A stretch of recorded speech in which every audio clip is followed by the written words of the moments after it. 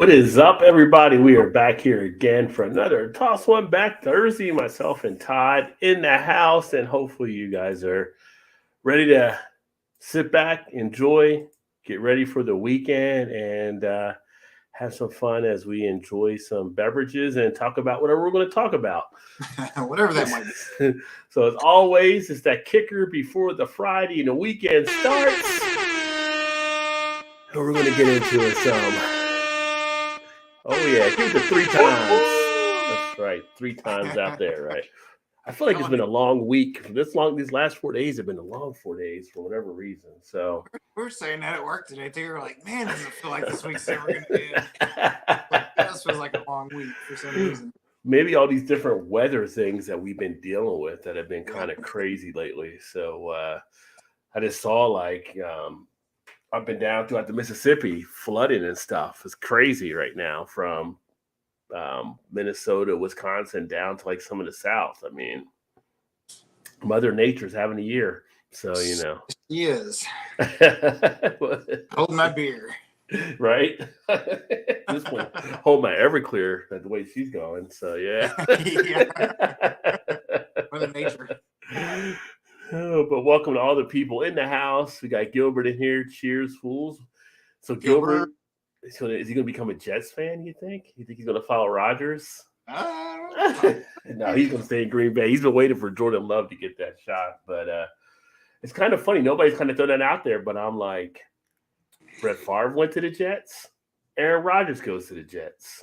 That's true. If he ends up in the Vikings in 2 seasons, I'm going to be like, hey, what is the pattern here? Like, what's going on here? Yeah. It's like, the more you think Rodgers isn't like Favre, the more he is like Favre. So there you go. But, yeah, NFL draft night, what you call him? What's the dude's name from Alabama that went first? Bryce Young. Yeah, Bryce Young went first. So, yeah. So some people are tuned in. I actually got the Celtics on for the NBA playoffs right now against Atlanta. They want to put them away. Last game was kind of crazy there, but and then Stroud ended up going number 2, and I thought he was gonna fall out of the top 10 where they were talking. Yeah, dude's got a heck of an arm. The one that would be the most interesting one to see who ends up with him, I think, is gonna be Hooker out of Tennessee, with them having that injury last year. Oh yeah.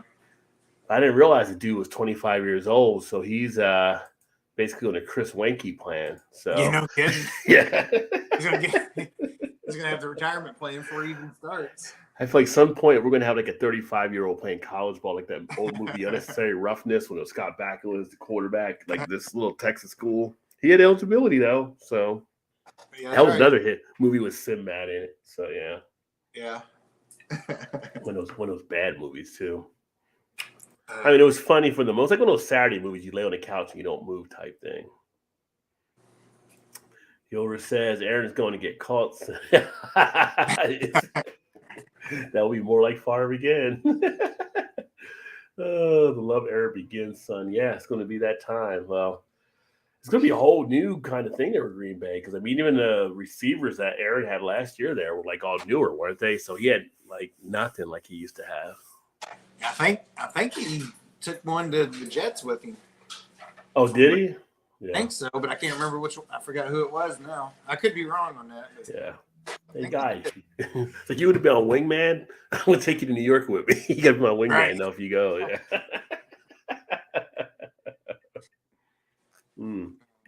So I'm actually starting off with a little cocktail again tonight.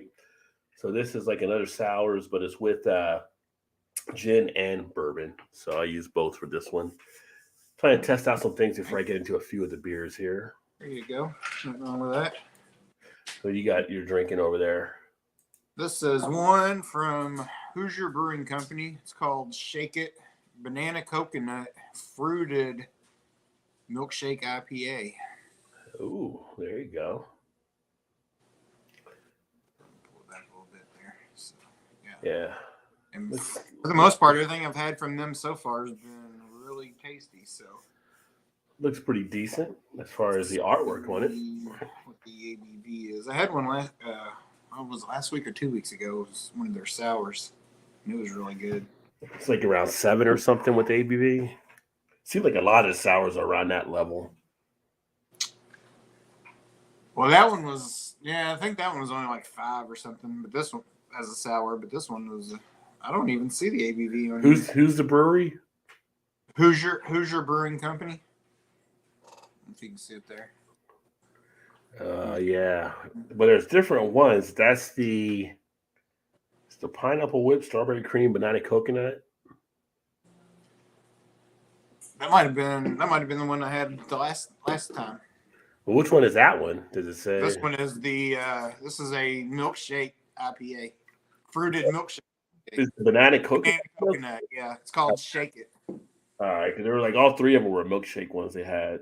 Oh, okay. 8% ABV. All right, so you're right there. There you go. See, it doesn't. Average rating 3.82. I don't see it listed on the can though. They may not put it on there. A rich, creamy American IPA infused with real banana and coconut puree. Not that natural flavors BS you usually see. They're using real stuff in this one, so which nobody can still define what is natural flavors, right? You're right. What is that? It's like poison bottle is what it is. It's flavored. It's like the strong ale of beer. We didn't know what to do with it, so we just do it in this one category. Like, oh, young whiteouts, and we'll load up more whiteouts through the draft. IPA. So no ABV and it's murky. No date. Oh, 2 out of 3 no-nos right there. That's a couple flags on the play right there. So it's sportsmanlike conduct if I've ever seen it. I know it's fairly fresh because when I picked it up, I'm pretty sure it was 2 weeks ago now. At least it's not a 6-year-old Brooklyn, so you got that going for you. You got that going for you. That's right. I don't think that'll ever die. Like that'll be forever. That will be a forever. I'll definitely smell the coconut in that one for sure. It's got a good color. It looks decent. A little bit of the banana, more coconut than anything. Almost kind of gives you the vibes of the suntan lotion smell a little bit. That coconut smell to it. Looks nice and creamy though. Definitely.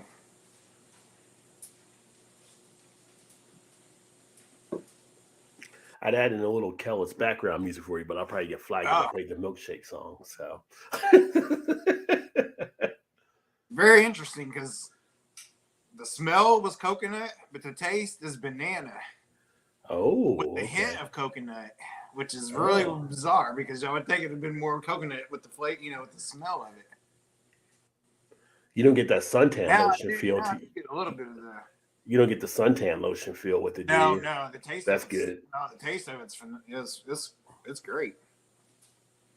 Now I do get a little bit of banana on the nose. Now, of course, it's probably colder than it should be, but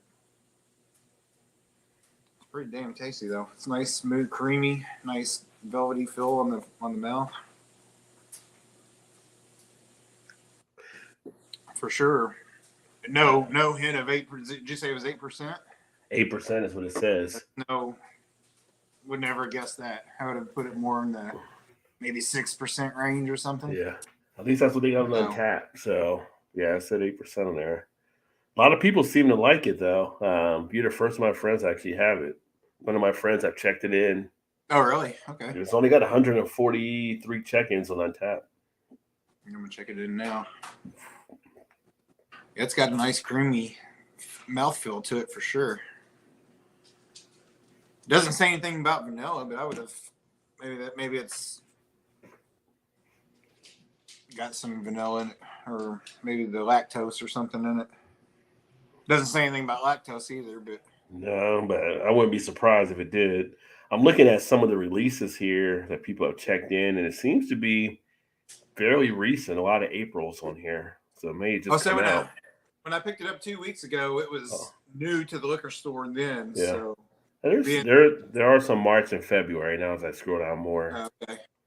Doesn't mean that it was necessarily the super fresh. Right. I'm within a month or so anyway, I would think, of really, getting it. So they're just they're out of Greenwood, Indiana, which is just south of Indy.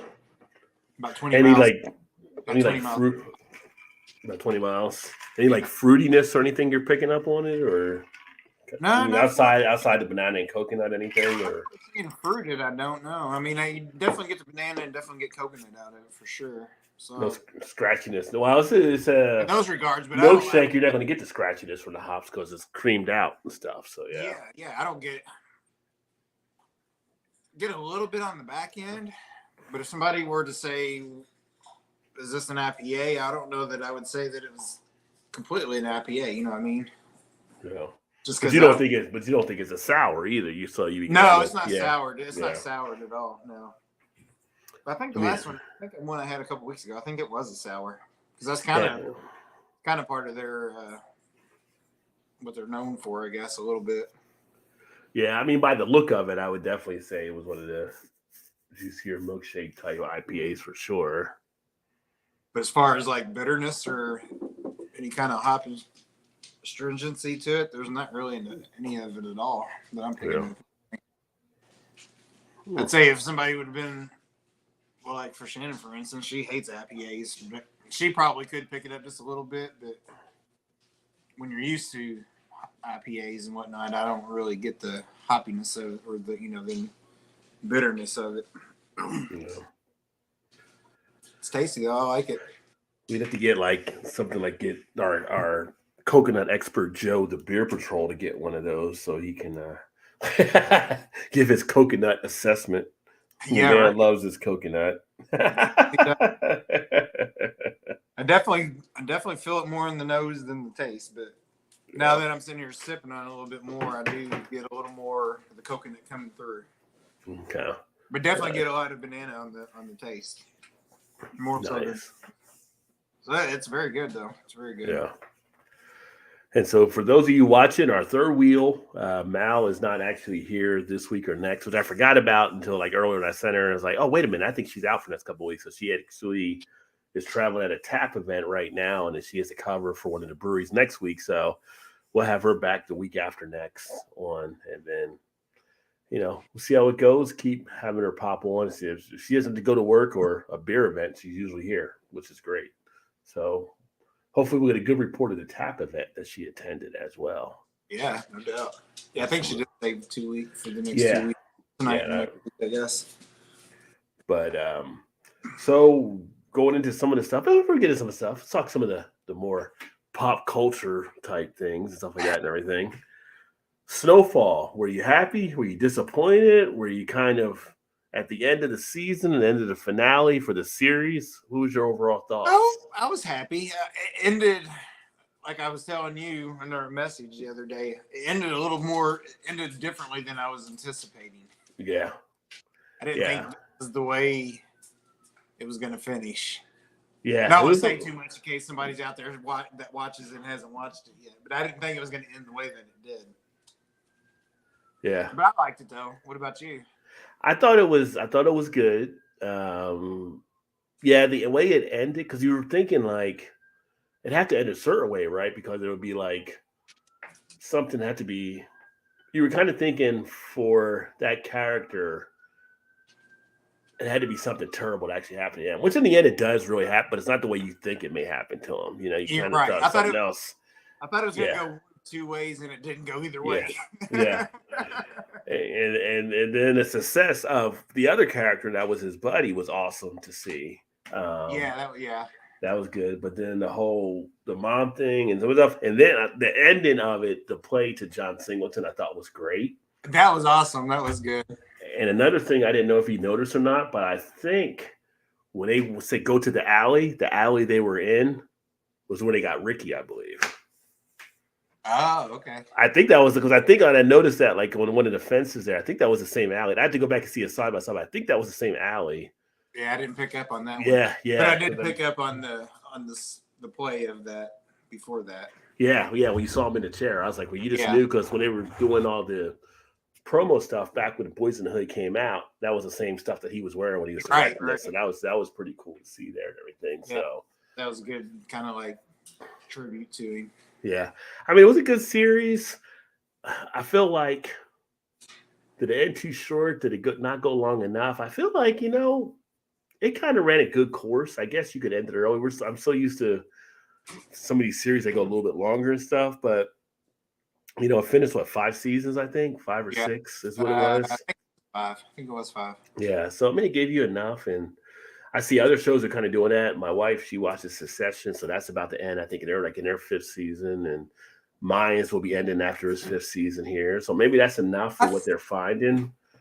I think that's just enough because I think you see a lot of the British type shows go only like a couple, 2, maybe 3 seasons, and they're done. Feels like it's way too short. But then you see other, especially American versions or whatever series that go 10, 12, 15, 20 years. You're like, all right, enough's enough. Just quit making money off of the popularity of it. It's like just end it at some point. I think you can get away with like those double-digit type seasons if you're a more like of a sitcom type thing, maybe, or funny type thing, where it's like each episode doesn't have to play off the previous episode. Right. Like, you look at Seinfeld or Cheers or some of the stuff like that. Although you can have something like a ER go for a long time or a MASH or something along those lines. But nowadays, I think with so much stuff out there, I think it just suits a lot of places to have it this longer. And even I watched the Luther movie a few weeks back finally, which was great to see, but that went from the series to now just giving you a movie here and there as well, which was pretty cool. So, it's just like, I think the appetite is shrunk down for a lot of people because there's so much other stuff that's coming out they want to see. And I think that plays into it. Plus, I think 5 seasons is just long enough where you can just binge it kind of in a short period of time and then move on. Like you said, there's so much stuff out there to watch. It's like, who's got time for a 10 or 12 season, series anymore? Because you would want to watch, unless it's something you watch every week. That's network TV or something, and just fills it in. You wait for week to week or whatever. But although for those that do like the series, I will say Black Mirror, I just saw is coming back for a sixth season. So again, that's one that plays each individual episode, right? So you can do that with just different writings because they don't have to be the same thing tied together. Yeah.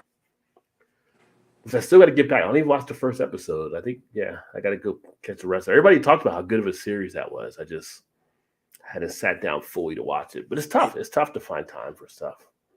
Right. I haven't watched any of that one yet either. Yeah, and I think it was like the one with the sci-fi one on Netflix, Stranger Things. I guess they're about to do their 5th season. I was like, I haven't watched the 4th. Now I think about it. So I haven't either. It took forever for them to come out. I guess with COVID and everything, it took forever for the other one to come out. Like, these kids ain't even going to look nothing alike.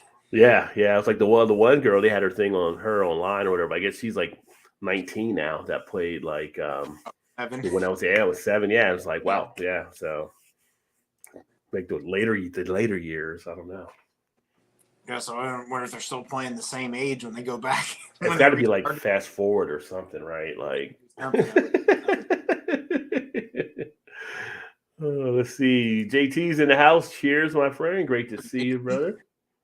Gilbert is having a County Durham Nitro Ales Cascade Cask Ale. Very nice. Yeah, you guys probably in Canada have more cask ales than we actually get here in the States. A couple places will have them, but not as much as like over across the pond and probably up to the north where you're at. But I like a nice cask ale with a nice creamy feel to it as well. Nice and smooth. JT is drinking his tasty premium Pilsner beer by Pipeworks Brewing. Ooh, there you go. JT is definitely more the lager lover, I think. I think he really enjoys the lagers. What's up, Emerson? What's up, Rod Time? Enjoying an Atomic Torpedo 9.2 out of my Rod J BeerVentures mug. Hey, please don't mention the vicious bean I took last week in trivia. Thanks, dude. Hey, you're a winner. You can have an off game, That's right. Yeah. It's not like you're the Milwaukee Bucks. You're still in contention, Being number 1 seed overall. I think the number 1 seed in the East. I think they were number 2 overall, but they got knocked out by the Heat last night. Jimmy Butler was a beast this series. Yeah, I think Milwaukee was the number 1 seed. They were number 1 in the East. I don't know if they were overall though, but they were number 1 in the East for sure. Yeah, that I'm not sure. Okay. Yeah. But I've watched maybe 3 seconds of the NBA this year. Yeah. The series have been great. The best series I think has been really Golden State and Sacramento. So they've been really like the tightest series. But it's so late, like I can't watch the end of the games because it's the West Coast. But Yeah, that's the bad thing with some of those. Like they come on so late, it's like you're already ready to go to bed. right. I was watching hockey, but YouTube TV went. Oh, YouTube TV went down. That's interesting. I never think about YouTube TV going down. I just think of the internet, but I guess they can have issues as well. Yeah, so with Snowfall being off, that opens up another slot that I can look to satisfy my guilty pleasure with another show. Just haven't figured out which one to slot in there. They do have Squid Games will be starting up for a second season at some point too. I haven't watched the first one of that one either. Didn't you want to start watching it, or you didn't finish it, or did you not I watch never it all? did start it. It was slow in the beginning, but it picked up. It got pretty good. Yeah. What are we watching right now? We started watching, what's this? A series on Apple TV, but I think it's just a mini-series or whatever, like an 8-episode mini-series. Jennifer Garner's in it, and I haven't seen her in ages. I forget what the guy's name is, but he was in Game of Thrones. But I played Jaime Lannister in Game of Thrones. If anybody out there, I know you didn't watch it, but if anybody out there is watching, Is that the short guy? No, the dwarf? That's not the little dude. That guy. It's kind of similar to like the Enron incident or whatever. Oh, that could be interesting then. Yes, I don't think it's based on anything like that, but that's kind of what it reminds me of a little bit. It's kind of a takeover, the FBI takeover, and then the guy that played in Game of Thrones is Jennifer Garner's husband, and he goes missing, or he does, just leaves work and leaves him a shit ton of money. It's only like the 3rd episode right now, so yeah, he leaves because I think he knew they were about to get hit by the FBI, so he left town and he just left them all there and he took off. Yeah, like, I'm out. They had no idea. He ain't answer his phone. They don't know where he's at. No, so he's just gone. So it's called. I think it's called the last time we spoke, or the last time I talked to you, or something like that. And I forget what the exact name of it is, but it's pretty decent so far. I haven't heard of that one. Yeah. Yeah, earlier I was flipping through doing some stuff, and they had The Wolf of Wall Street on. I still enjoy watching that movie. I don't know what it is about it, maybe because I work in the financial area, but I still get hooked into it. I start watching it again, and that's another one that could be a quotable movie after a point. Yeah. But yeah, so on the TV front we have that. On the movie front, we've got the new Marvel. I think we had Ant-Man come out recently. I think there's something else I thought they were working on. But I know on the DC side, they got the new Flash movie coming out. But the Flash movie looks kind of interesting because of but it's like doing the multiverse thing again, right? So we had the multiverse already with Spider-Man, and then they did a multiverse one with something else. I can't remember what it is offhand. But now they got it with this, where the Flash. But I'm kind of interested to see Michael Keaton come back in as a Batman again, because he was always one of my favorite ones that played Batman. I feel like DC's just screwed up anyway, like usual. They are so hit and miss. I mean, you thought they got a good jump with Shazam the first one, and then the second one just bombs over Baghdad. It was just crazy. It's like they can't get it right. They keep messing up, and I guess they're going to be. I don't know if Affleck is stepping down as Batman for the next one, or if this is going to be the last one. I know Cavill, I think, was going to stop as Superman. It's just, I don't know. How can one do it so well and the other one not? But it is what it is. But you know what? People make fun and attack those movies, and I can sit there and watch them like on a Saturday afternoon. I mean, yeah, especially if you, superhero fan, anyways. The only one I turned off was Wonder Woman 1984. That was just too campy and hokey for me. I couldn't watch that one. That was bad.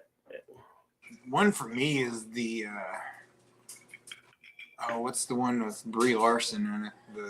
Captain Marvel for Captain Marvel. That was. I haven't seen that one. Yeah. Don't watch it unless you just got 3 hours or 2 hours or whatever it is of your life that you just don't care and you just want to waste it and don't want back.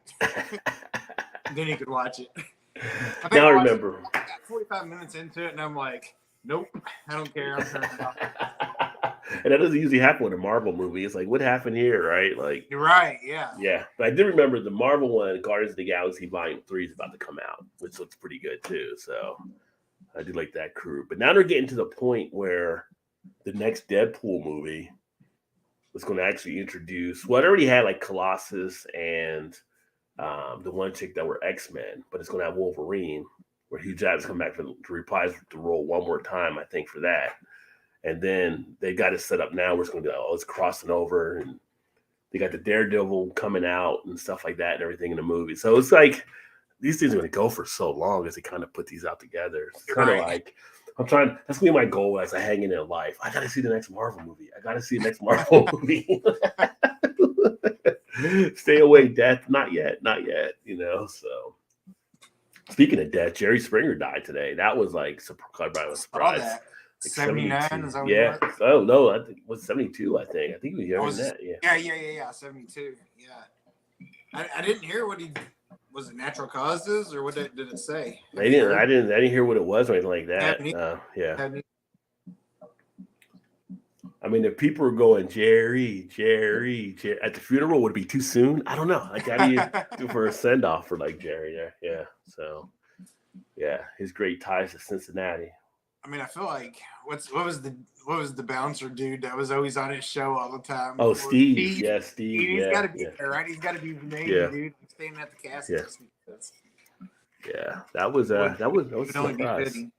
Oh, 79, JT said. So he was 79. I thought he was younger. Okay. Yeah, because of death not released. So, yeah. I thought I saw it said 79, but then when you said 72, I was like, no, I thought it was. That was what it was. Yeah, I mean, it seemed like it was a surprise. So I don't think he had anything health-wise they were aware of, or at least nothing that been released to the public. You know, the family may have known something, but nothing's been said there yet. Emerson, I took my family to Wolf of Wall Street over the Christmas weekend when I was at the theater. I thought it was going to be a Scorsese comedy like After Hours. I had no idea it was half porn. Whatever. Did you really take your family to see Wolf of Wall Street? Or are you just bringing that up, Emerson? Because that would be not the family movie. I mean, it was rated R, so yeah.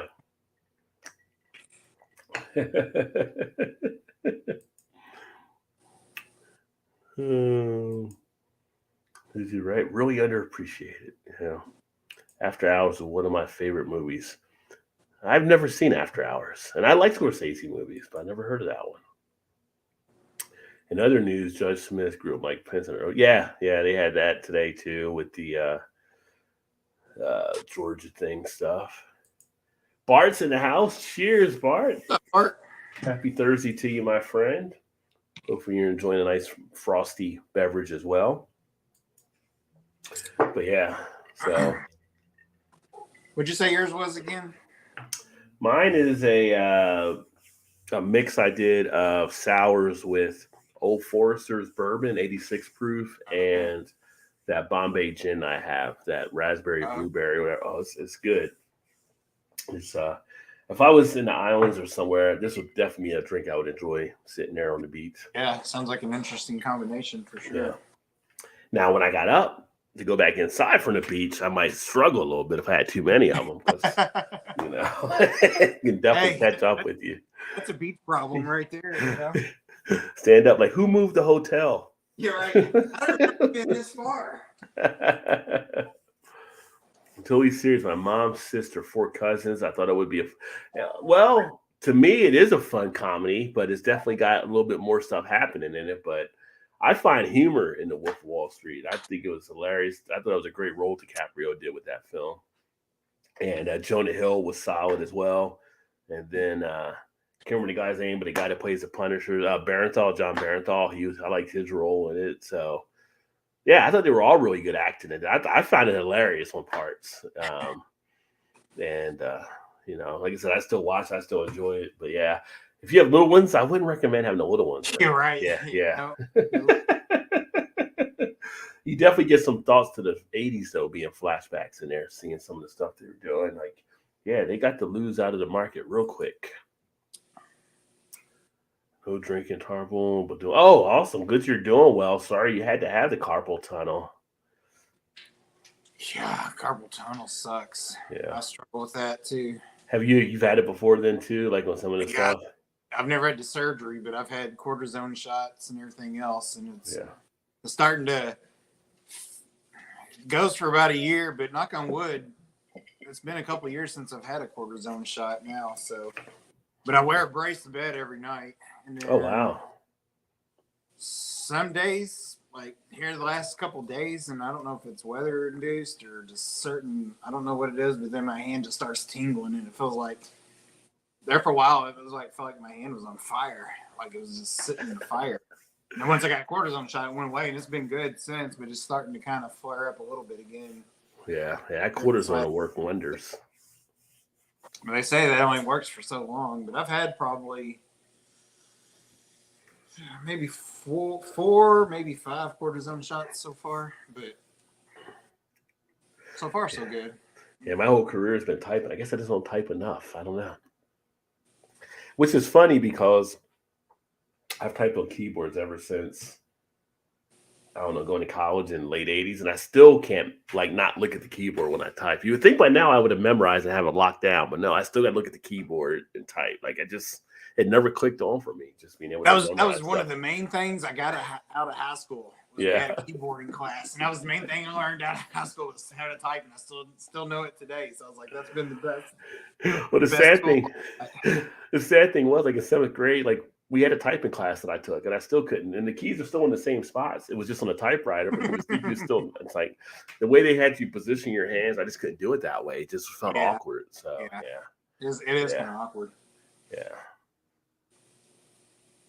Oh, let's see. It was a great movie. I just didn't know the coke out of the butt stuff was going. Well, you know. that kind of ruins the night. Yeah. Well, partying hard on Wall Street, you know. Coke out of the butt stuff.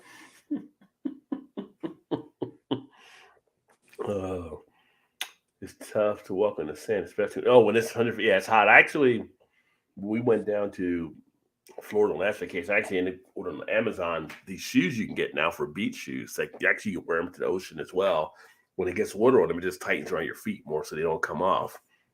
But yeah, you don't even feel the heat from the sand and stuff. So Could or you couldn't. you can't. Yeah. Oh, yeah. At least I didn't. So not where we were. Now it wasn't as hot in Florida as it was. We went to Jamaica years ago. That sand was not Jamaica. It was we went to Cape May. It was really hot. Just last year, and it was just like literally like I almost wanted to stop walking at one point because it was so damn hot in the sand. We went like down to August or something. It was like midsummer, I guess. Oh, I know. We've been to Florida a few times when it's like, whoo, yeah, skip across the sand to.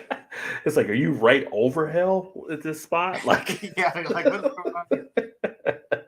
Then last year when we were in Michigan, though, of course, they had no problems with the sand being hot because it was only 75 degrees in the middle of summertime. Yeah. That was the deepest damn sand I've ever been in. That thing, it's like quicksand. The ankle, it was above your ankles. It was the hardest damn thing to ever walk in. My legs were had to stop because my calves are starting to burn a little bit. Damn. Oh, JT said, get well soon, Bart. Could be coke in the butt. Yeah. Coke in the butt. Yeah. Thank you, JT. I'm going to try to brace for the other hand, but it's pretty bad. Oh, no. Yeah, that's not good. Careful, too many injections. They can do some damage in the long run, Bart said, too. So yeah, that's what they said. They only do it so many times. So yeah. I think the last time I went was it's been a couple of years ago. Well, actually, it was pre-COVID, so it's been. I didn't even realize it's been that long. So yeah, or maybe right at COVID. I don't remember now, but it was right around then. Didn't we learn that in Any Given Sunday when LT wanted one more shot because he had his contract on the line, and Doc's like, I can give one more. Something happens, but he's like, I need that shot, Doc. Yeah. But they were kind of like, yeah, you can only have so many of these, and it'll start, It's like, well, keep giving them to me until you won't, I guess. It sucks at 3 a.m. because Gilbert dealt with it too. Then I guess. Yes, it does, EG. Yes, it does. I've woken up in the middle of the night, dead asleep, and just. Is it like your hand is like bent, or is it like It you gotta almost shake it? Like, it almost feels like it's asleep, like the sensation of being asleep. But then mm-hmm. it feels like it's just stuck in a fire. Like for me anyway, it just felt like my Oh, whole arm all the way up to my elbow just was on fire. And I'd get up and just walk around and that, and try to get blood circulating. I don't know if it helped. It never really seemed to go away for a while. yeah. It was tough. And then her dad had some sort of a hand brace, and he's like, "Here, try this." And it's a long one, like it covers up most of my forearm. And knock on wood, I wear it to bed and I think that's a big part because there for a while, after you have my injection, I was like, "Oh, it feels good. I don't need that anymore," and then it would come back. Ever Yeah. since I had the last one, I've worn it every night, probably for the last couple of years, and knock on wood, I think it's helped tremendously. Wow. Wow. Does not sound fun. Yeah, yeah. He said, "Destinary to Panhandle, where the sand is white as not as sugar as yayo. It's white as yayo." Both my hands are numb in the middle of the night. Ow. Yeah. And Trez in the house. What up, Trez? Cheers, homie. Yes. Yeah, just kind of here kicking it right now and stuff. So end of the month, and I can't believe it's going to be May next week. I know you think about this year's almost half over already. Yeah, it's kind of flying through. Like compared to last year, it's like you try to get out of it, then you got out of it, and it's like, oh man, now it's not even slowing down. So No, next week will be Derby, Kentucky Derby. yeah, Derby, and then like Not the this next is it the next Wednesday. month that's like this the Preakness that'll be here where I'm at? Isn't it like about a month later or something, or a 3 couple weeks? weeks. 3 weeks later? No, Yeah. actually, let's see. Can't remember if it's 3 weeks between the Derby and the Preakness or 3 weeks between the Preakness and the Belmont. One of them's only 2 weeks and the other one's 3 weeks. I thought Belmont was later, like August or something. I guess I was wrong. It's the last It's the leg. last one I know. Yeah. It's all within about a 2-month period though. Yeah. Pretty sure. Yeah. Yeah, we're getting that already. You'll probably look it up and yeah, even before the draft tonight, Baltimore got their gift early this year with Lamar getting that 5-year deal, and now it's the highest payer in the NFL, like 148 guaranteed, I think. So yeah, it's crazy. So they're going into the draft happy. Texas wasn't Houston. The Houston Texans wasn't playing around either. They took their quarterback number 2 and they traded for the 3rd overall pick. Oh wow! So they got their quarterback and then they got their linebacker that they wanted from Oh Alabama. wow! Yeah, supposedly the best defensive player in the draft or one of the top defensive players in the draft. So I don't know. I never did see what they gave up for that pick though, but. Yeah, Gilbert said he got carpal from using tools, but massage and those grip strengthens really help. Yeah. Next week, Trez is already back. Yeah, that's his thing. Like flew through. So So Belmont is June 10th. And then where's the Preakness? So that's in June, and then the Preakness. Let's see. May 20th. Okay, so yeah, just a couple weeks after then. Well, 3 weeks after, yeah. No, 2 weeks because it'll be next weekend is Derby. Yeah, which will be and then it'll be. And then so it'll be 2 weeks. Yeah. So then, what did I say? June what for the other one? June like. Let's see, Belmont. It's June 10th. 10th, yeah. So that's like the 3 weeks then. So that's what it is. The Preakness is 2 weeks, and then Belmont's 3 weeks after that. Yeah. Okay. Well, funny because now in Baltimore, I got the sports book here. I could walk over to the casino, put some bets down if I wanted to. Although then again, I got FanDuel and all that. I can do it on my phone. What am I thinking? Like, yeah, right. About that, yeah. That's a bad thing about working in Kentucky. I can't make any bets while I'm over there because they don't have it. Oh, they don't have it in there. So Indiana, yeah, FanDuel, right? It looks for your location when you do it. Yeah, that's right. Yeah. Just like no, non-existent. It's like, gosh, dang it. Kentucky, especially during the NCAA tournament, and you're sitting at work on a Thursday, Friday, and the games are starting at noon. And you're like, I want to, just for something to follow, and it's like, nope, can't do it. Can't do it. It'll block you out. Yeah. Although I think they're on the verge of legalizing it. are allowing it, which I'm kind of surprised because I figured Churchill and all the horse racing would have gotten away of that. So many people that are starting to bank on it from states that Yeah. But Oh, we know. Kentucky's weird on sometimes on stuff like that. We've met some guys at breweries before where they just drive over on a Sunday or something and have a couple beers, and then they're just making their bets on FanDuel, and then they just drive back across the river. Oh yeah. Which I guess was vice versa for us. We just had to go to Louisville to buy our beer on Sundays. We wanted beer on Sundays. The weird state rules we have to follow for shit.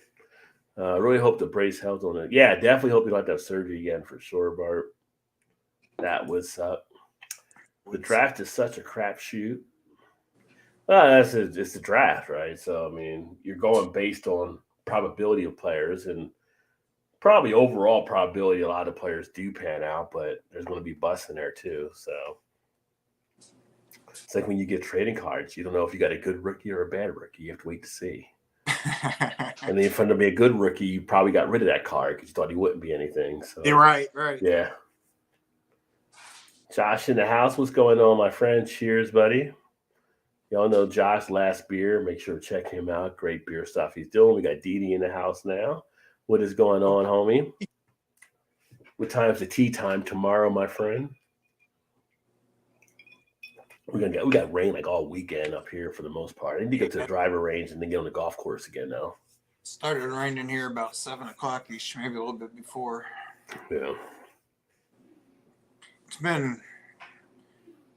been probably high 61 the last 2 days, but it was only in the 50s a couple days before that. It's been kind of unseasonably cold considering. Yeah. Gilbert said, I just need new shoulders and arms. You can be like RoboCop. Just get replaced on stuff. Yeah. That's funny. Well, I guess we'll jump over, hit a little bit of the beer news here. So I got a little bit of that stuff queued up. Let's jump into that. And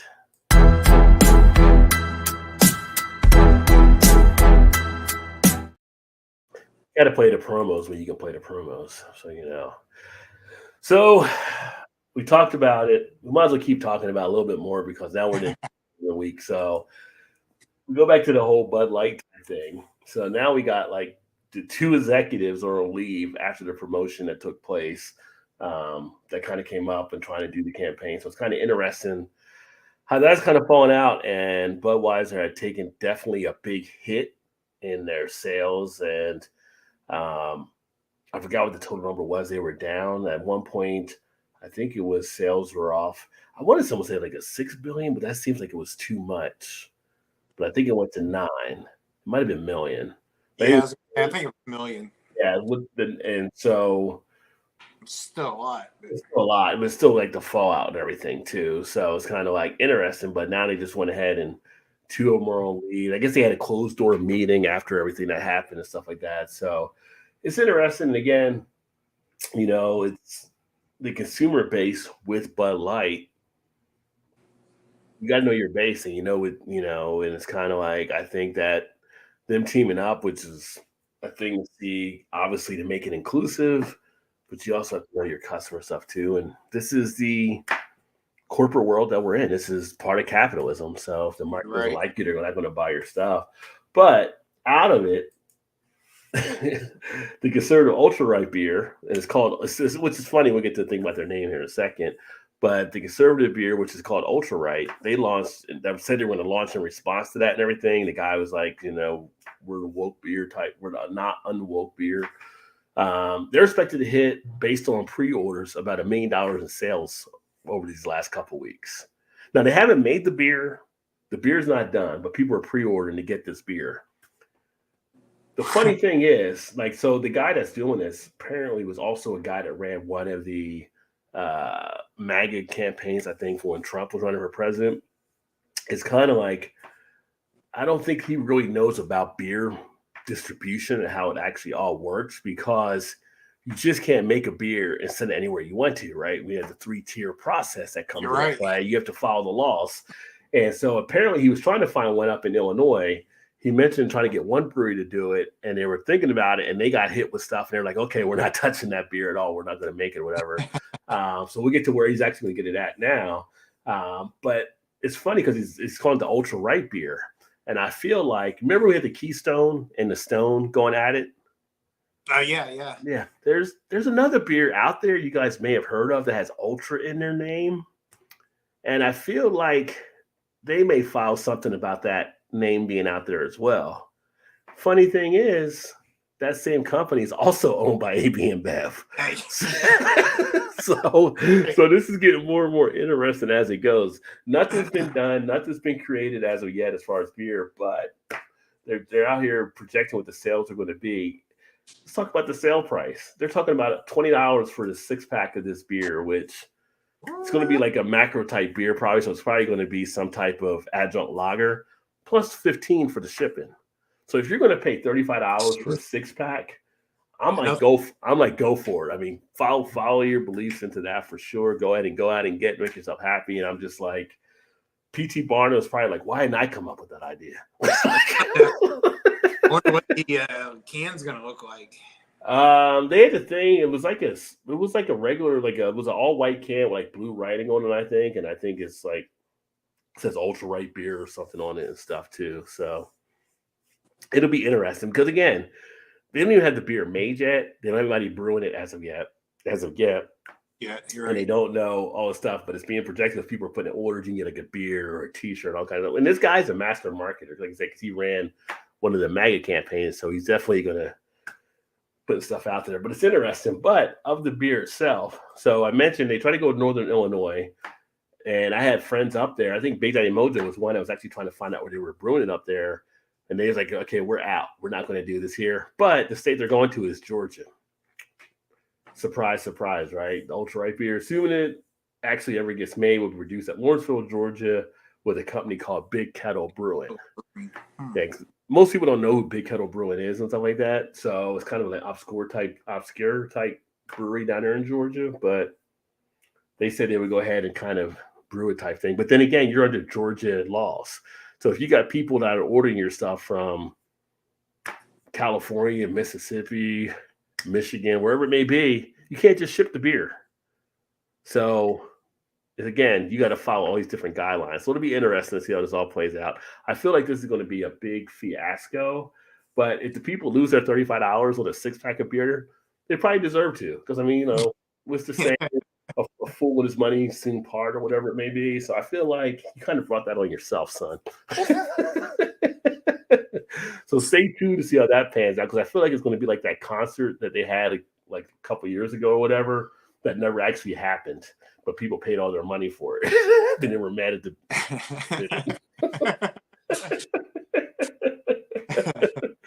Oh man! And then, so European officials, they decided to trash thousands of brews and dispute over the champagne of beers. Now, I say champagne of beers. You guys know what I'm talking about, champagne of beers. And their slogan, so officials in Antwerp, Belgium, intercepted and destroyed 2,352 cans of the High Life that were headed for Germany. Wasn't even going to stay in their area. It was going to Germany. They cut it off at the pass, like they used to say back in the old Western. They pulled a stagecoach robbery, took the beers, drain poured them, and then destroyed them. And I'm just like, it wasn't even your stuff. It wasn't even intended for you. But yet they're like, no, here champagne means one thing. You cannot put that on beers, and they cut them off. So Theo Apple Dumpling gang intercepting the goods. For those in Germany expecting the Miller High Life to show up, sorry, not this time. Talking about a jack move, right? So yeah.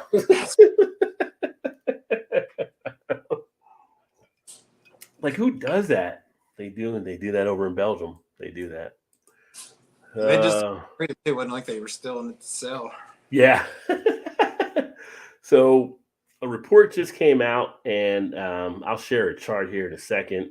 But 7 out of 10 beer segments had significant growth in the last 52 weeks in off-premise sales, but not craft beer. Craft beer has actually seen a hit, and then hard seltzer, Ooh. 12.1. So hard seltzer taking a hit. I feel like it's probably about time for them to take a hit. I feel like they've been skating by for a good amount of time. Oops, didn't want to do that. Yeah, I feel like it's lasted way longer than I would have thought it would have. Yeah, but let me see here if I can pull this up.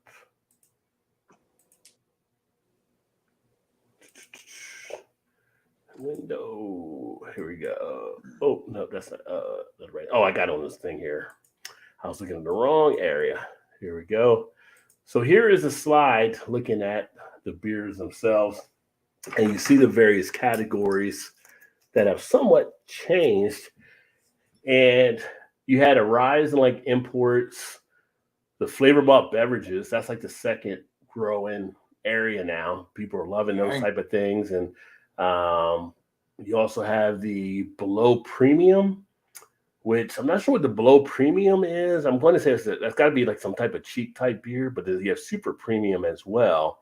I would think what falls as the below premium? Well, you got domestic premium here. So domestic premium was probably your Bud, your Coors, your Miller. So your super premium, maybe something along those lines. Maybe I don't know what they may have in there. I would think below premium would be like in Milwaukee's Best or old Milwaukee, stuff like that and everything. But either way, there's definitely macros.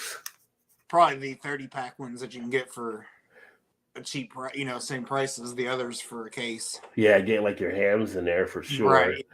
Yeah. And you have non-alcoholic beer that's actually gaining. So people talk about that and how popular it may be. And again, I feel like there is a market for that, especially with some of the younger people out there, that non-alcoholic beer is going to be a focus in some spot down there for some people. And now they make them a lot better than we had to drink them back in the 80s or 90s. You have so many different flavors of them. They actually do a nice job. And the malt liquor, the 40-ounce crews out there, they actually saw a hit go up. Now, I feel like some of this is because of how the economy has been, and definitely when times are rough on people, you see like the cheaper type beers definitely picking up steam, and then you would see the craft over here starting to go down. You have cider that also gained a little bit of area, so cider had a little bit of a jump, which for the gluten-free people is a great way to actually have something like that can enjoy beer. So you have that jump up, but again, hard seltzer was the one that was actually the one losing the most at this point behind craft beer. And craft beer was a slight change, down 2.9%, but it's just something they had noticed there as well. So kind of interesting seeing how things are panning out over the last year. Let me see here. And they had a thing in here about beer categories losing tequila because I guess tequila is becoming more popular again.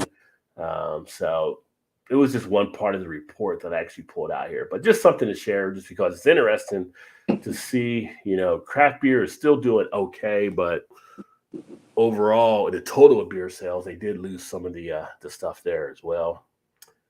What was the other thing I had here? Coors Light was ranked most sustainable beer in the U.S. So they have a lot of cool things they're doing at Coors Light now as far as the roofing they do in their buildings. They kind of take in from the sun heat and different things like that, or it's making it definitely more in balance with what the climate and everything is providing. So kudos to them for doing that and everything. But yeah, they were ranked as the most sustainable beer. Nice. Interesting. And then for my folks like Bard up in Jersey, I've had both of these breweries. I just shared it here because I like both Cape May and I like Flying Fish, but they're actually uniting together. So Cape May is going to actually acquire Flying Fish. So they should be making some good beers there. And then finally, the Brewers Association released their annual craft brewing industry production report in the top 50 producing craft breweries for companies. So that is what I was looking to also pull up here that I'll share. And pretty good list for the most part. I did find one flaw on it when I took a look at it. So here is a look at your top 50 U.S. brewing companies throughout 2022. And as you would imagine. Lots on the West Coast, lots in the Northeast. You got some down through here. So obviously, you're gonna have some in here, Wisconsin and Minnesota and Michigan, and then a couple of outliers there with Alaska and Hawaii. So I'm going through the list and checking out the different stuff. Yingling was number one there, and a lot of people still don't like to think of Yingling as a craft brewery, but technically it is by the definition. Boston Beer was number two, same thing.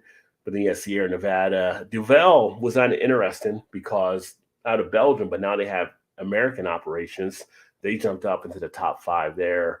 Oh, yeah. Gambrinus. Yeah. They actually do well. They actually, I think Gambrinus might be the ones that do Shiner now. So I don't know if Spetzel is still doing them or not. Or they took over, but I know it has Shiner there. A few of the notables, Stone Brewing, Canarchy, which I've not had Canarchy, but I always hear a lot of good things about them.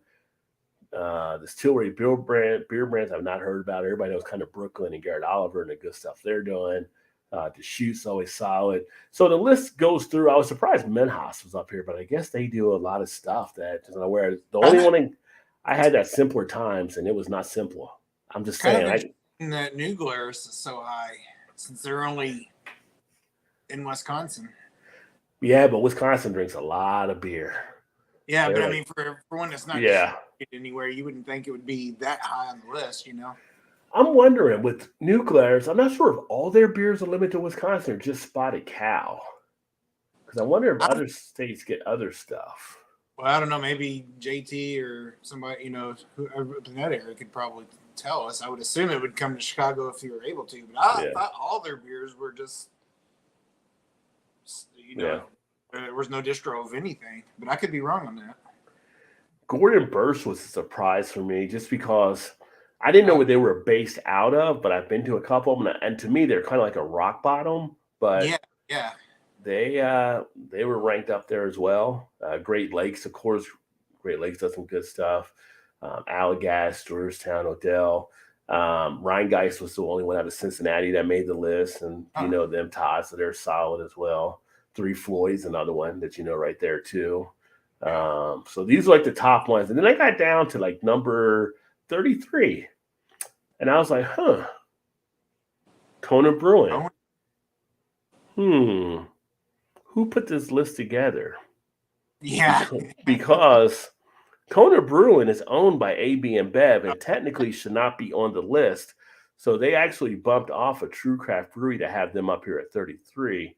And I did reach out to the person that wrote the article on Brewers Association. I have not heard back from them. I'm like, why is Kona Brewing on your list when they're not a craft brewery? Again, that was what I'm talking about. I think it was last week. Yeah, it's like due diligence, right? Like you're going through and it's like, they're not a craft brewery. And I'm saying they're not a craft brewery by your definition, Brewers Association. Based on how you do things, they would not be a craft brewery because they're owned by AB InBev.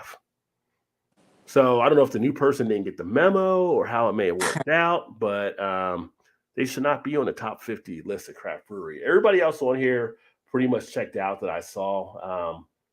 I had a couple questions about a couple, but Revolution on here, JT, Chicago, getting represented as well. I haven't had anything from Lost Coast in a while, but they actually do some pretty good beers out of California. I've been wanting to try something from Creature Comfort. I'd like to try something from them. I've heard a lot of good things about them as well, they're on there. And St. Arnold, the first person I heard about St. Arnold was from Dio, because he always has St. Arnold beers down in Texas and stuff, talk about how good they actually were. So that's there. The Shipyard, which I just had a Shipyard beer recently. Jack's Abbey, which does great lagers there. And a Pizza Port, which I ended up getting a while back. I did a review on one of their beers. I like the name of number 50, though, Made by the Water. That's a pretty cool name for a brewing company. I'll give them that. And this looks to be a coldest out of New Orleans. Apalachicola, Asheville, Charleston. So, yeah. But Made by the Water, the name of that one. So that was kind of interesting to actually see. But, as far as with the Brewers Association, I just like to know your reasoning behind that because they don't fit the motto of being a craft brewery with Kona. Just saying. So that's kind of the beer news that we have for this week. Wasn't much else much else really happened in the beer news. There were just kind of a few things there. I think people were still kind of reacting to like the Bud Light type stuff. Because now you have other articles popping up, like people saying, well, 5 of the top 10 brands in America all team up with LGBT and all kinds of other stuff and blah blah Huh. blah. And so yeah, so it's interesting. It's interesting. Let me see. Get back to the comments here. Where did I go? There's a Oh, few. Brian. There's a few of them that were left off that I thought would have been, but I guess they technically aren't anymore since they have been bought Like out. who? Like who? Well, the unforbidden. Oh, Coffee. that. Well, yeah, they're not craft anymore. Yeah, because That's what I they're said, all, but yeah, I'm sure there's a lot of them now that technically aren't craft anymore. yeah, them and Like Goose like Island, maybe. them and could be Avery, Goose Island. Avery. They couldn't be on here anymore because they're not technically craft beer anymore. Right. Yeah. But like you said, Kona made it, so I'm thinking it was a person that maybe didn't do their research or homework. yeah, They that kind of probably slipped yeah. through for sure. Yeah. But yeah, they had posted a thing when I first saw it. It was on LinkedIn. I asked on LinkedIn when they had posted it, the Brew Association. Didn't hear back. A couple people I like the comment, like, yeah, they shouldn't be on the list. And then I just went and emailed the person, had not heard back. I'm just, list pretty much is a good list, except for that, like they shouldn't be on there going by how you define things. So and we got Bry in the house. Cheers, Bry. Thank you, my friend. Doing well, and hopefully you are too. Definitely appreciate the super chat there. Thanks, my friend. Woo! Woo! Woo! Ow! Love that money. Happy Friday to you, or y'all know if you're at work right now, but hopefully things are getting done nicely, my friend. Let's see here. Oh, what did you get there? Angry chair. Oh, angry chair and untitled art. Barrel A's. Hold on. We got to come in. We got to come in on the Zoom on that one. We got to zoom in on that, baby. Oh yeah. Real stout with maple syrup, cinnamon, cocoa nibs, vanilla beans, and milk sugar. All the good things that makes life nice. And comes in at a light 13.5%. Oh, session now. There you go. Of course. I'm hoping it's not as sweet as the other French toast untitled art that I've had before. I think it was untitled. That one was almost too sweet. Didi said it's raining here as well. He's gonna get some practice in instead. Life is good. Awesome. Yeah, you can still work on the game. You don't gotta be out of the course to get it done. Oh, an Orval. Very nice. I feel like sometimes Orval gets missed by people. Like that's a decent, nice legacy beer. It's always solid. Yeah. Bedtime for me just one thing. All right, Bart. Well, appreciate you swinging by and take care of yourself, and hopefully things get better for you, my friend. There, as far as with the car. For sure. Like, don't know anything about it. That sounds like a Jerry Seinfeld episode, JT. Anyone can blind you on making decision ultra wrong. I mean, if you're going to pay $35 for a 6-pack of, basically, it's going to be. I mean, even if the brewery does like an adjunct lager, it's going to be basically a grain type. That's like, yeah. It'll be interesting. Of all the beers under their corporate umbrella, why would anyone choose Bud Light to associate with transgenderism? Well, maybe they'll get a job as an outside consultant. Yes or yes. Oh, I don't know. I mean, and the funny thing is, when they did it, like nobody's getting that beer can. It was just sent to Dylan to help celebrate Dylan's transition. Yeah. Never did it. You can't buy that can. You can't get it anywhere. But it's just like people just went crazy from it. So, never did they really ever say that. Yeah. Everybody assumed it was going to be coming out. So I think that's where everybody just like, and they're not doing that. Yeah. I'm going to throw away my 3 cases I already bought that was in my fridge. I'm going to throw it out now because. Like, Kid Rock's like, where's my AK? And Haz was like, well, thank you for your money. Now you poured it out. You can just go buy more. Right, JT? And the funny thing, a lot of people think that don't even understand what woke actually means anyway. So it was funny. I saw a video on that. And they were asking one of the people at one of the rallies, like, what do you think it means? He's like, I really don't know. Like, he just like really didn't know. It's just he's following the crowd. That's ultra crap beer. They were talking about that on Howard Stern maybe it was this week. I think it might have been early this week because he was out last week. And he goes, he's like, so you're woke. He's like, what does that mean? He's like, I don't even know what woke means. He's like, what does that mean to be woke? Be aware, treat people fairly. Like, oh, okay, I don't want to be that. Yeah. All right.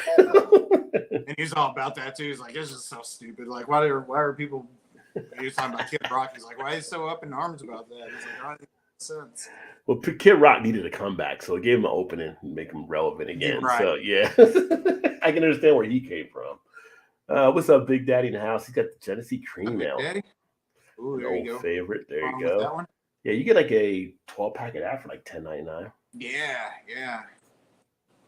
Miller Coors, they'd be a bad market. LPG. It would be fools they didn't. Yeah, but it all depends on your base. Like their base, when you think of American adjunct lagers and you think of the base people that usually drink them, I would say if they look inside their demographics, it's probably going to be more of a conservative drinking type beer.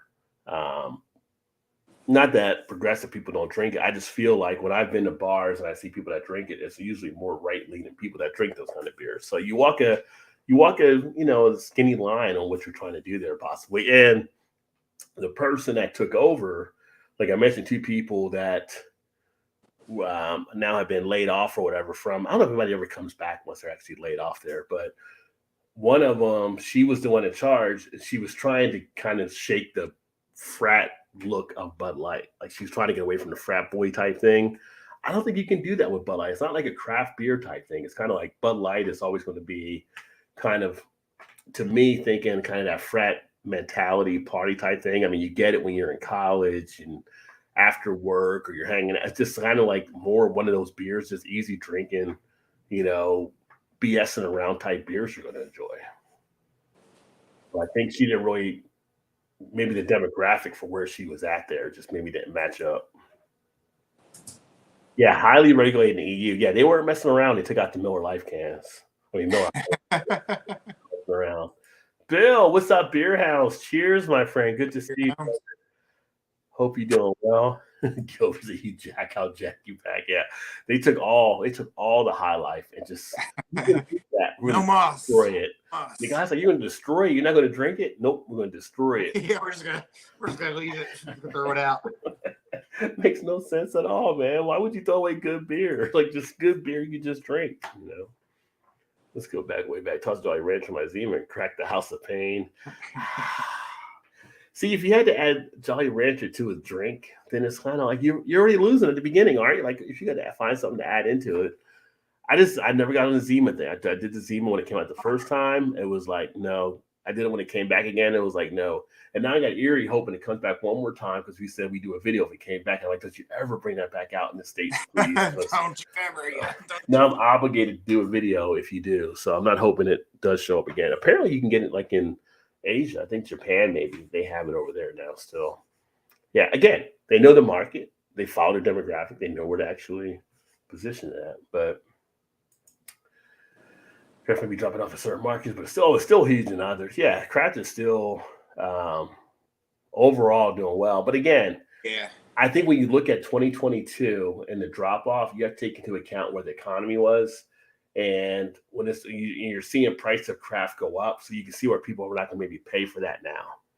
So they're going to actually switch off to some of the lower price beer, which makes sense. It's all about economics. So I would not definitely say that is a fall off.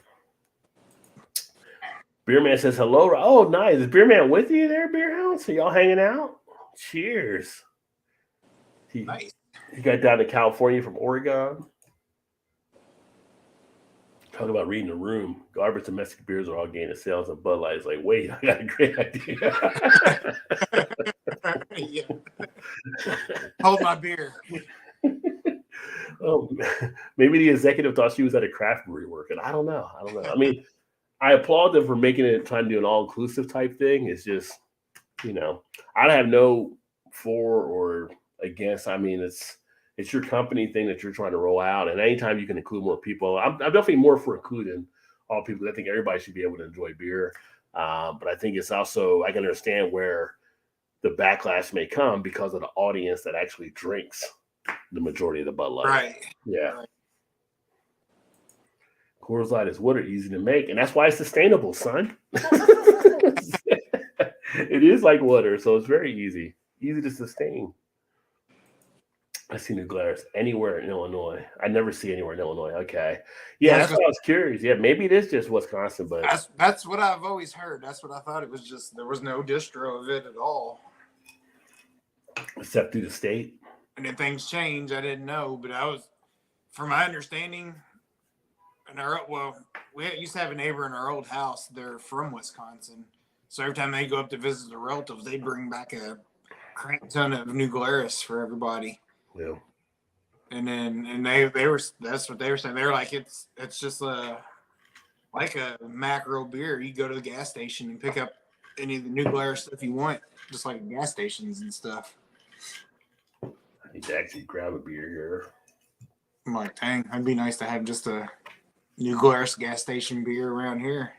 Right? You can't even buy beer at gas stations in Maryland. It's like, how are y'all not even doing this here? I thought freaking East was progressive. Apparently not. Very disappointing in Maryland. Very disappointing. Although, number 20 state for legalizing marijuana. So that's like, well, I think the first ones they can start operating on like probably in June. So it's like a month away where dispensaries can now just sell regular, I believe, instead of just medical. So yeah, it might get a little cray up here. Oscar Blues part of Canarchy. Yes, I do see the Canarchy stuff with them. Oscar Blues is always so good. I just did that one for the Hazy Blues. They're solid. They're always solid for the most part. Almost a barley wine for what Todd was drinking. Actually, Todd was drinking some that are higher than some of the barley wines I've even seen with that ABV. So barley wine isn't like necessarily the big one nowadays. Oh, the stout? Yeah. The stout? Yeah. Because some of the stouts are outdoing some of the barley wines. Premium 12-pack, $7.99 at Benny's. Awesome deal. Yeah, I was going to say, when I was getting, although I haven't seen it lately at Total Wine, when I bought the 12-packs, I think it was $7.99. Maybe it was $8.99 in Louisville. Huh. I'm just thinking because I saw the Springbok was $10.99 here, but maybe it's lower. Depends what state you're in. I haven't seen it the last few times. Not that I go there very often, but the last couple of times I was in there because I was getting it because I was like, oh, that's a good cheap drinkable beer to keep in the fridge, besides your macros or whatever. Yeah. And she likes the cream ales, and she liked that one. So I was like, hey, I'm gonna get those and keep them. But now I haven't seen them for a while, so I don't know if they quit selling them there. I'm not really sure what's going on. Well, they got some. I mean, the price is low on their stuff, but they got some actually. When you get into some of their craft type beers, they got some decent styles and some stuff. So if you can find them, you can't find them everywhere. Like one place will have Genesee Cream Ale, you might have like Genesee Ice, and then another place will have the Springbok, another place will have like some type of porter they did or something like that. So yeah, Bud Light is for people afraid of flavor. Oh, good deal, Big Daddy. Yeah, $7.99 for a 12-pack is definitely a good deal. Yeah, a good deal. Continue Gladys motto: never in Illinois, bastard ass cheese heads with great beer. They won't share. Why won't you share? Stingy. New Glarus should send me some beers, but yeah. Emerson says, I think the bigger issue that many people feel that Dylan is just riding a trend. Popularity only exploded as non-tradition and transgender. No idea for the Bud thing. I'd never heard of Dylan before the whole thing actually happened. So the only thing that caught my attention was just when I seen all people go crazy about it. And it was just like, from seeing it, I'm like, we talked about it before, like there's other breweries that are doing the same thing as far as teaming up with inclusion and LGBT. But then a couple of comments I got back from the one video, people were saying when there was a part of it, as far as him maybe trying to, or I guess I should say her trying to basically, I don't want to say it was like exploit or whatever, but a lot of people question the motives behind it. And then supposedly the age factor, the people that follow Dylan are like underage. So why would you have an alcohol thing marketing to someone that has an underage following. So people were bringing that up too. So I don't know. It was just crazy. A lot of stuff, like I said, I saw was all getting into the whole woke and transgender type thing. And it was just like people were losing their mind over what? Like, of all the stuff in the world you're going to be upset about, this is going to be the one thing, with everything else happening. But it was all kind of crazy, I just sit back and commentate. I just bring the messages, folks. I don't make them up. I just bring them. I just share with you all what's happening out here and let you decide and come up with it. I need to get a beer. That's what I need to come up with here. So let me grab a beer here real quick. And then Todd, you have the helm. As Kirk used to say back in the day, Mr. Sulu, you have the helm. hold down the fort. Yeah. Hold it. I'll be right back. So I don't have any access of checking anything or comments or anything. So I guess you guys can just sit and stare at me and make comments that Rod will read sometime later on. I don't know. But this beer is tasty, kind of sweet. Well, I shouldn't say kind of. It is sweet. Not as sweet as the other French toast one I had that I think was Untitled Art as well, but it wasn't barrel aged. So maybe the bourbon kind of mellowed the sweetness out a little bit. But it's tasty. It's pretty good. Definitely don't get into the 13.5% ABV in it at all. No burning sensations of anything. Very, very sweet, very vanilla forward. A little bit of hint of cinnamon on it. Pretty tasty. I don't really get a ton of the cocoa nibs in it, but it's definitely maple for sure. Very tasty. I've had this one for a while, so I don't even know if you can get it anymore. I'm trying to see what the date is on here. Yeah, this was back from in November, so of last year. So it's been a few months. See y'all. Ty can hold it down. Ty can have his own channel. Ty can have his own channel. You wouldn't have anything to say. He just did just fine. Like James Corden, all right, I'm out. I'm done. Signing off. He's still staring at you, Todd, and I'm not blinking. Thanks, Double D. Yes. So I ended up grabbing one here. This is actually something a little smoother. I'm going with the Grove City Hefeweizen, which is a 5.2 ABV from RAR Brewing. And I got to Shannon's out of there. She likes her Hefeweizens. Yeah, I've got the review coming up on this one as well. Probably next week when it's out and everything. But it was one that I grabbed. My wife, she enjoys Hefeweizens as well, so I got her a 6-pack and had not had one out of it, so got a couple there as well, And Hefeweizens are always nice, especially when it starts to heat up during the course of the year.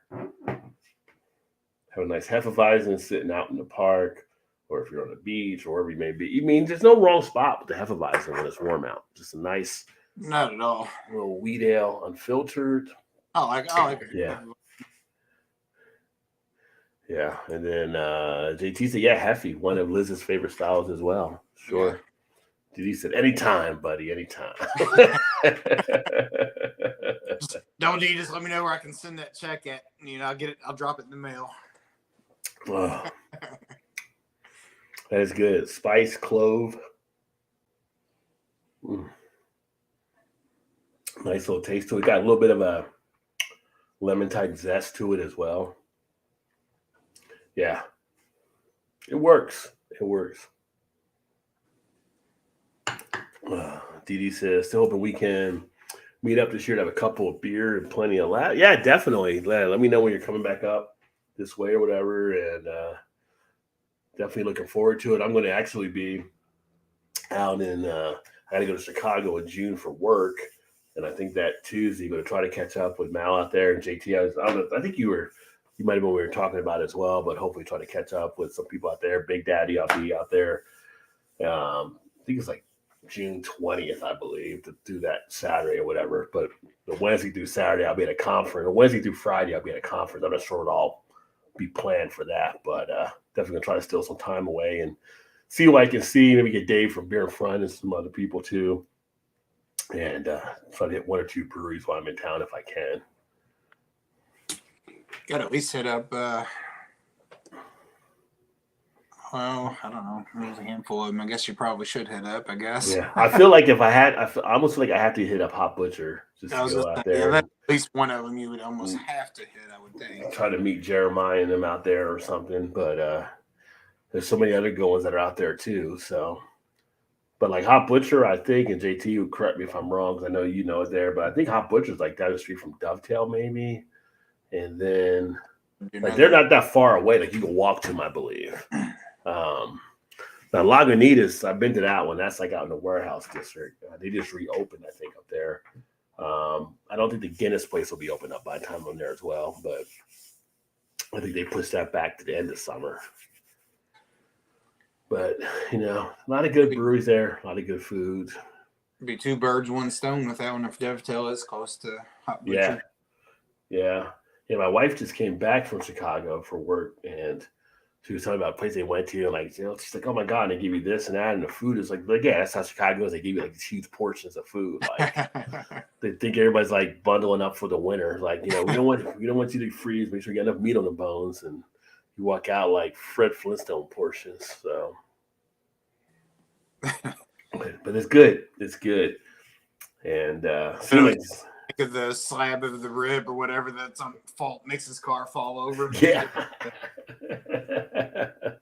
And see, the Chicagoans, from what I see, are getting more into the Detroit style pizzas too. I've seen a couple people post that from up there now. So, which is like Jets pizza, which I like. Jets is pretty solid. Yeah, Jets is good. We've got a Jets here. Yeah. We need to take a tap room tour. Yeah, Hot Butcher, Dovetail, Colwell, Half Acre, Spiteful, all in the same neighborhood. Yeah, because Hot Butcher took over the old Half Acre spot. But I didn't know if Half Acre stayed in that area or not. So yeah. Half Acre is good. Yeah, that's good too. Yeah. I didn't hear about Spiteful before. That's one in Colville. Not far away. Maplewood, Metropolitan, Revolution. Off Color would be awesome. Yeah, I've had some of their stuff. Yeah. Actually bought some of their stuff when I was in Chicago last time at Benny's. It's like, oh yeah, I'm gonna get some of that. So many good breweries. JT just named off like 5 within, or 7 within. Yeah. Probably a half mile of each other, I'd guess. I'd assume. He said not too far away, so. Yeah, I'm wondering, do I bring an extra bag with me so I can just load it up for beer to bring back? Because I get two free bags to check. Yeah. Is that a serious question, Rod? Now, I mean, you can take alcohol back on these. You gotta check it. I gotta worry about the people that are loading the planes there. But well, that's true. Yeah, that's the only thing. Get you a little lock to put on the zippers and lock them together. I mean, it worked last time I did it, and it was just like I worry about like if it gets like I don't want anything to explode right when you're up there, but everything seemed to hold well last time. Put them in individual bags, and yeah, I made to do that. But then it's like, do I go to a brewery or let's go to Benny's and just load up and pack the bag and then go from there? I don't think you can go wrong. Yeah. I don't know if you probably. I mean, you can never go wrong at the breweries for sure. I would think, but yeah, I got to fly Southwest going up, which I'm kind of getting a little bit more in the Southwest. I mean, the flights and stuff are usually fine. I haven't had any issues, everything, despite the issues they had a couple months ago. But again, it's just like I don't like not being able to go my seat ahead of time. There's like no first class type thing. Yeah, right. That's the only thing. It's like chances are you're going to have somebody next to you, which is a direct flight, so I'm willing to do that. And I usually get the pre-boarding type thing, so I can get on early and get a seat like near the front or something. But I'm so used to Delta, I'm just like, quit being bougie, Raj. Right. Quit being so bougie. I can't help it. I'll go to Southwest flight. Are we serving fried bologna on this flight, man? I was gonna say, says the guy that never ate fried bologna until a year ago or 2 years ago. How long it's been now? Oh yeah.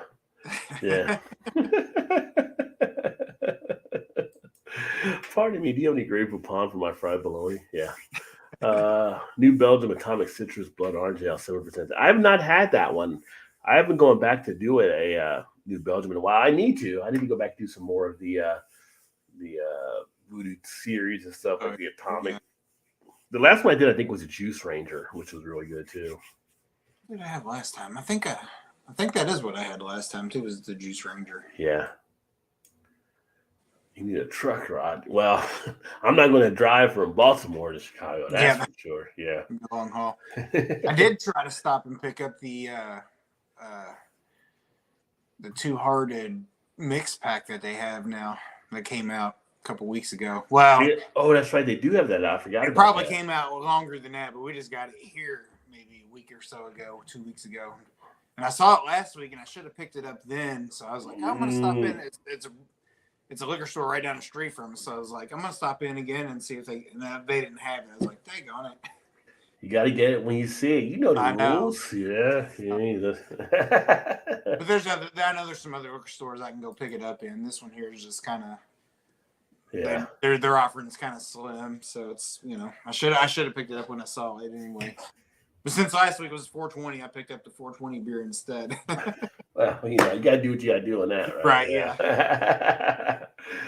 Yeah, I usually get up front there with Delta. I often wonder what the Northeast airline would be like. It would be way funner. Is funner a word? Don't judge me, you bastard.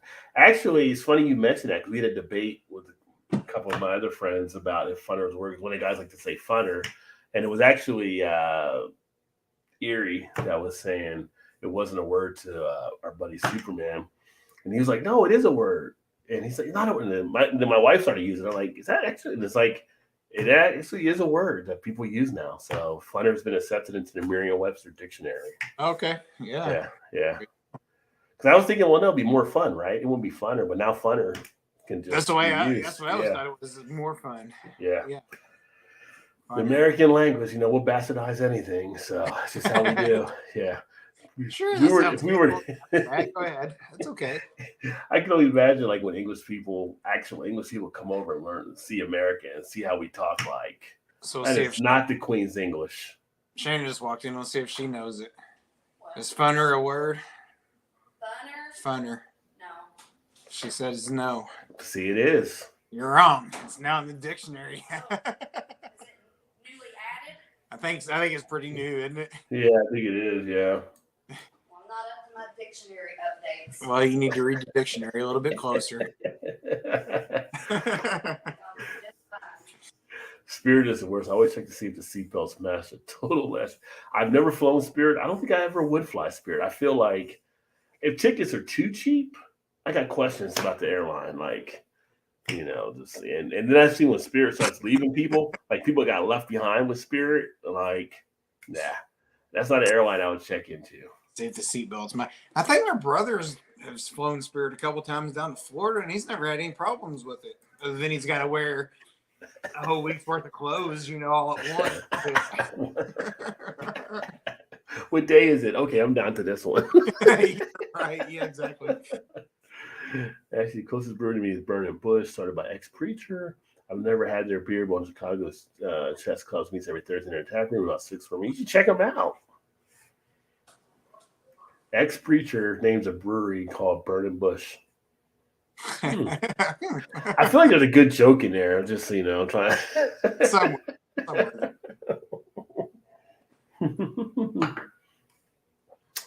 I'm planning to get a few games in the future. Night chess. I haven't played chess in a while. Dear England, we're having a funner time in the United States.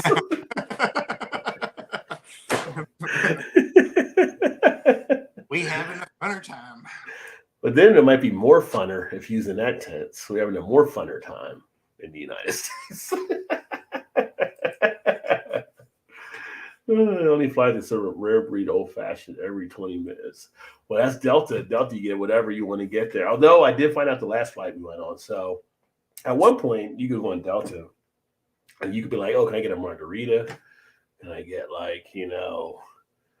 you can say a vodka cranberry, vodka orange. They can still serve those. Bloody Mary, you do those, I think. But you get like a Long Island. You get all kinds of, and now it's like they limited what you can actually get. So I couldn't get a margarita last time when we flew. They said they stopped providing them or whatever. I think people got too inebriated and got too hammered and with the way people act up on airlines, which was kind of funny. Like I'm sitting there waiting for somebody like to act up. Like, see if somebody acts up on this plane. Like, what am I going to do if they act up? Like, I'm going to tackle somebody up here at 30,000 feet? Because I will. I'll Tate somebody on this plane. Yeah, I was gonna say. Because we're not turning around. We're not going back. So, but I'd have like a margarita and I'll get some other stuff. But the Delta, they do Sweetwater as their craft beer. So you get all different types of Sweetwater on there. So I had the 420 Pale Ale and I had the Juicy 420 they have on there, I think.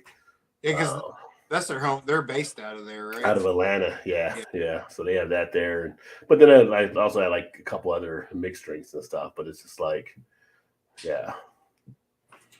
I like to relax. And that helps when you're there on it. There you go, poor old Will Levis from Kentucky. Was at one point, thought he might have been the number 2 pick overall. Now he's down to the 18th pick and still hasn't been drafted.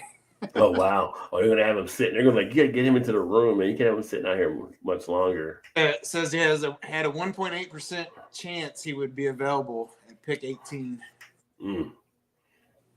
That's not good. I was glad we didn't take him. I didn't want him at all. Watch him turn out to be a Tom Brady or something. Right. Geez, I love Delta. I played Sky Marshall and knocked the shit out of people for being jackasses for another packet of Scotty cookies. Yeah. Usually we fly Delta. We usually upgrade to like fly, first class with it. And it's just like they come out with this different thing for they have there. Like they'll get an announcement like for today's snack will be blah blah blah blah blah. But then when you're first, they just come out with the basket and they're like, take your choice. And it's like you take as many as you want. Like they have like the nice potato chips, they have the biscottis, they have some other stuff. I grabbed like vegan gummy bears by mistake last time. I was like, oh, what this is? I thought it was gummy bears. It's like vegan gummy bears. But you know what? They weren't that bad. They were okay. I mean, maybe because they were free, I just went ahead and went with it. But I mean, I guess what would not be vegan in a regular gummy bear? Yeah, Sugar? I mean, I don't know. Something. Maybe maybe the gelatin or something. I don't know. I mean, vegan's anything animal produced. Yeah. I mean, they tasted a little bit different, but they weren't terrible. So. Like it would be. Yeah, but the funny thing with first class is when you're sitting there, it's like they come out, like people are getting on it. It's like people trying to load in the plane. They'll be like, excuse, like students be like, excuse me, but and they'll stop the line. They'll come over and start taking your drink orders. So you're actually still drinking. You start drinking when people are still getting on the plane. And like people are walking down the aisle and they're like, you're sitting there holding like a whiskey and Coke. It's like move on. Yeah. So kind of get spoiled on that now. So. They'd be like, I just leave the basket. I'll just take what I want. Just leave the basket. Come back and get it. Or you can do the Delta Comfort Plus if you don't want to do first class.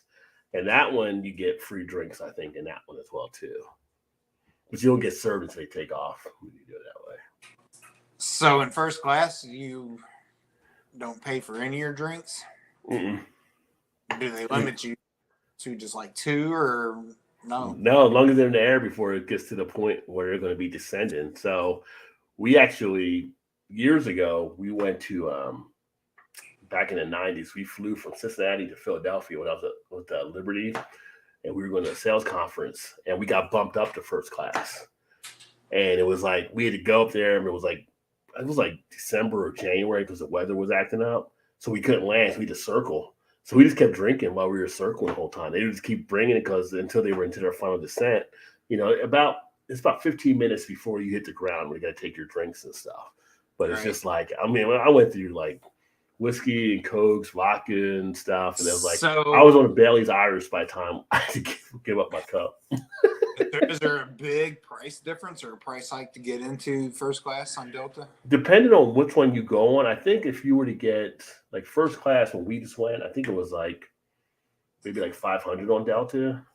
So a regular ticket would have been, I think, like $350. It's probably more than you would need to spend to be able to do that. But then again, I also like the luxury not having anybody right on top of you. The comfort level is just the 2 seats. You get the bigger seats. You can relax.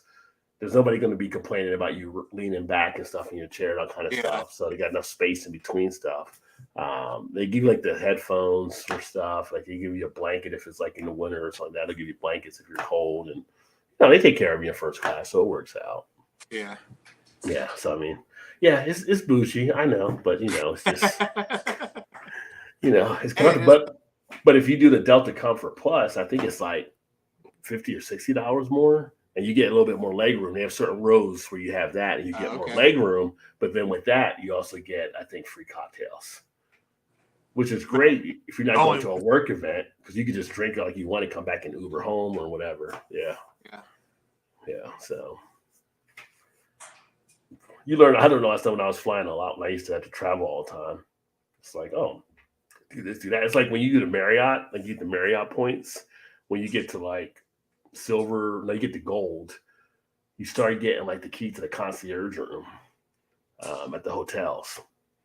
And what the concierge room is basically, the gold members get to go in. They have like different appetizers, their food trays out. They have alcohol and stuff out, but it's not like attaching. Like they have literally just alcohol bottles out, and people pour their own drinks. And you're supposed to leave a note on what you actually paid or what you drank, so they could charge you for it.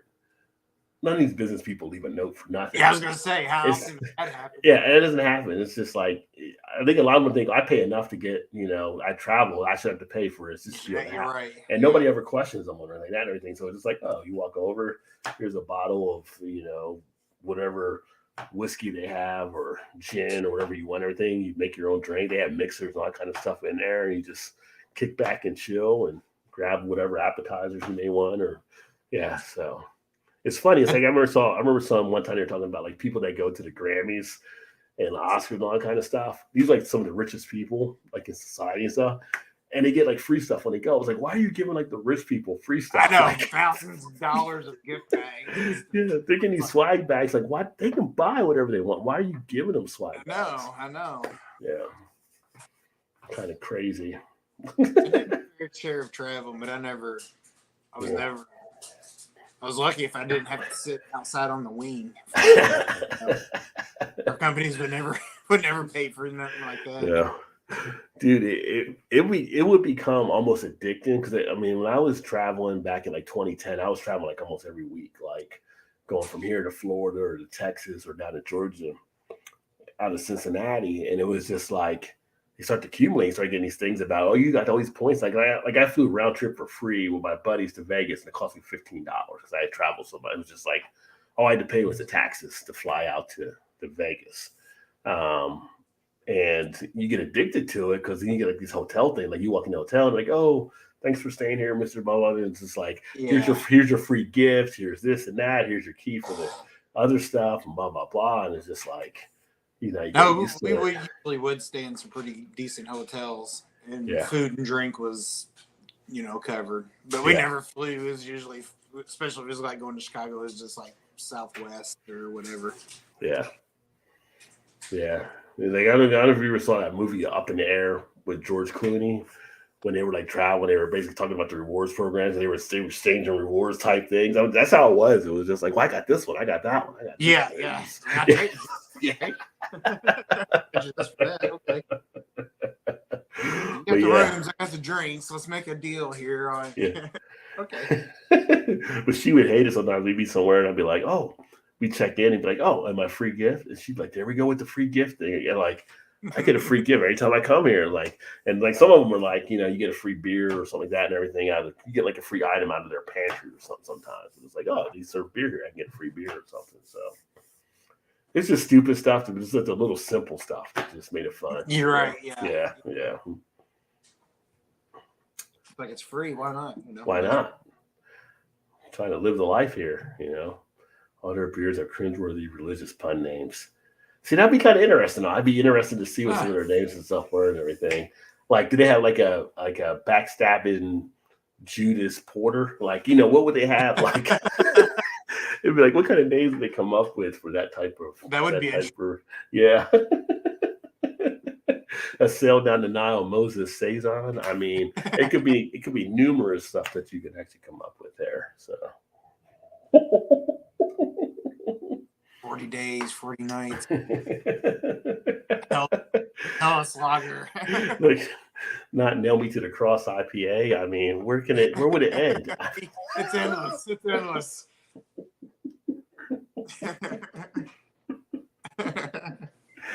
Oh man. Oh yeah. That's funny. I don't care who you are. I feel like that would be perfect just to do if you were starting a brewery. Oh yeah. Why not? Why not? Just to talk about a shock You, factor. you come up with all kinds of. I wonder if that would lead to boycotts. If people came up with those kind of religious type names, all this stuff, like people would get upset. But then he come back and be like, "Well, should you have been here anyway? You've been here anyway." What do you got to say about that? I'd have like a back on the third day double IPA.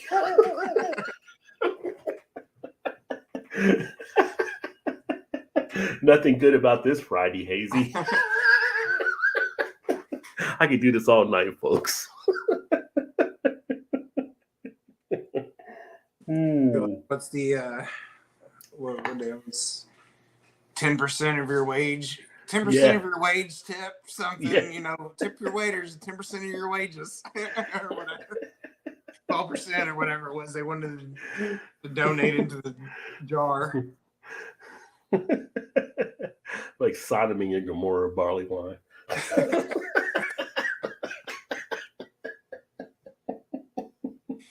Oh man. Yeah. See, there you go. That's what Mal could do if she could start her own, go that route. Yeah. So we hit up the Delta Lounge. Who do you like that, son? Yeah, the Delta Lounge. I never really went into it. Oh, you know what? I did go to the Delta Lounge back in those years when I traveled a couple times there, but that's like a nice little spot you can hang out in too. 8 a.m. cocktails, but actually, yeah. Well, I don't know if all the airports do here in the States. Here, we like 6 a.m. We'll have like airports open with bars. Like I was gonna say when you just went on vacation, I thought you posted a picture like it was like 6 a.m. drink 5 o'clock somewhere. So yeah, like you're right. Y'all open? Yeah. Like one of the restaurants, like, oh, we got no food, but we are serving drinks.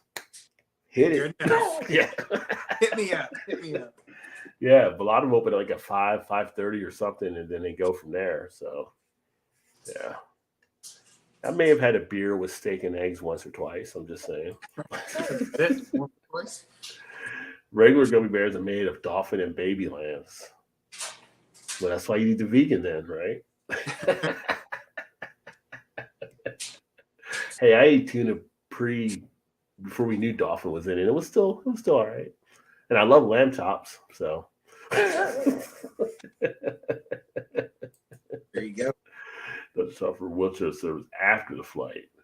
I would bet they probably have had to use that sometimes if people got a little too bit. I don't know if people get that crazy now. I think when we see like these videos of these airplane flights, a lot of people get drunk before they get to the airplane. Like all these videos and news stories we see recently, people are pretty much already inebriated and the plane hasn't taken off. Yeah, and they blame the restaurants for over serving people. I feel like Shannon's done that before because she don't like to fly, so she's like, I just need to get drunk and then it won't matter. Yeah.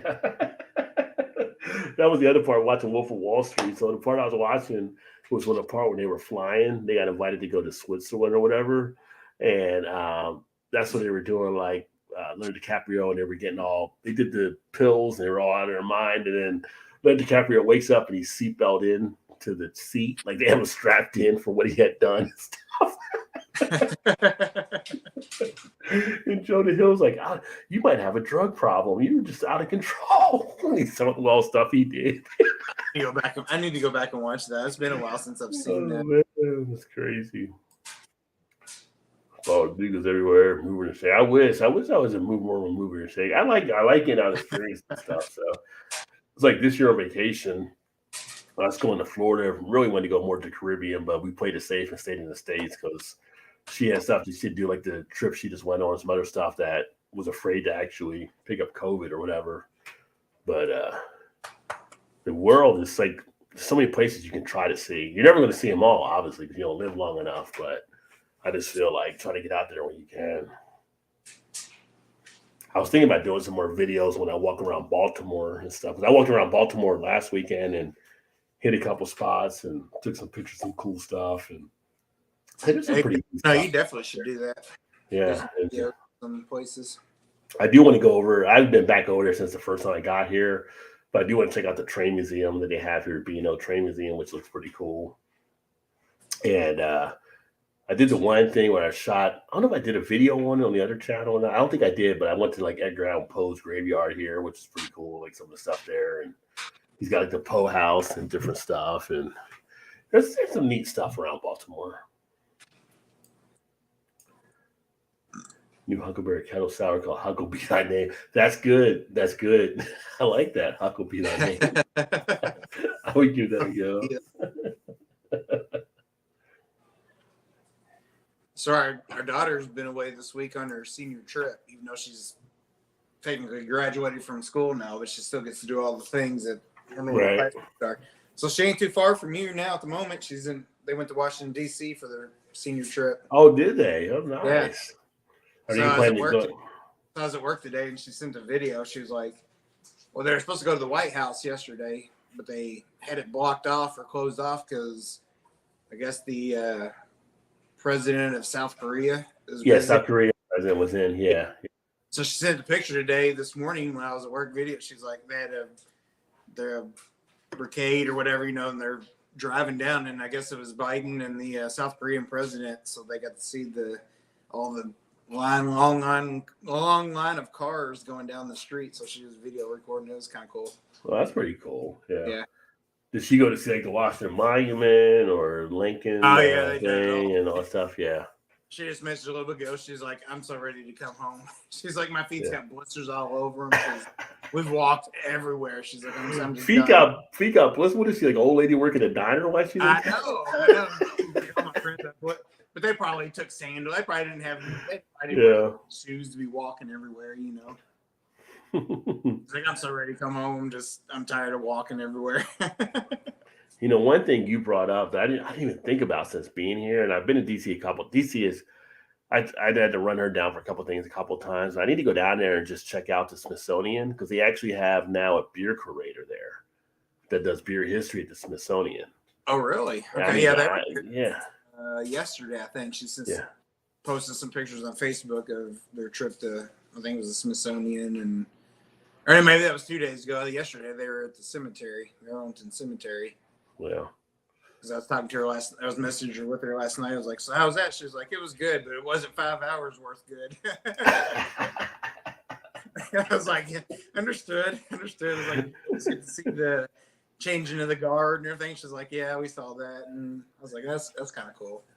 I feel like she's more like, you got any roller coasters around here? Yeah, right. Anything fun to do? Like, well, I'm tired of seeing all this. Like, yeah. That sounds like she's having a good time. I think she's like ready to come back home now. So I was like, I think they're coming. I don't know actually when they leave, but they're coming back. They'll be back Saturday at some point. So I don't know. I know when they left out last Saturday at 6, and they arrived there at like 6:00 a.m. Sunday morning. So I'm not sure if they're leaving tomorrow at 6 to be back at 6 a.m. on Saturday. I'm not really sure. I asked her, but she didn't really give me a time. So, so I can take your car back up to school, because they left from the high school. I was like, take your car back up there and drop it off. Yeah. They flew down and stuff too, right? They didn't. No, they drove. They drove. The bus, yeah. Yeah. So I guess it was a round trip for them. It was 12 hours. Sounded wow. That's a good amount of time on the bus there too. Yeah. Yeah. I know they stopped for dinner or to eat and stuff, and I'm sure a few times just bathroom breaks or whatever. Yeah. I mean, I know it wasn't like a Greyhound bus; it was a charter bus. That's still a good amount of time now. Yeah, for sure. Greyhound bus for 12 hours. Whew, did not recommend. Ooh, yeah. Yeah. No thanks. When I used to go when I was WVU, I think I went home a couple years maybe, on a Greyhound from Morgantown back then, and it's just like, I think it took like 8 or 9 hours, maybe 10 or 11 because of the stops. You had to make the stops at different spots and stuff. Oh, right, but yeah. It was just like drop off, whatever, yeah. Yeah. So like, just get me home. Yeah. It's like, yeah, but definitely was not much of the bus. Now, some of the other buses that are more the luxurious type things can be a little bit more comfortable, but still a bus. Still like, Yeah.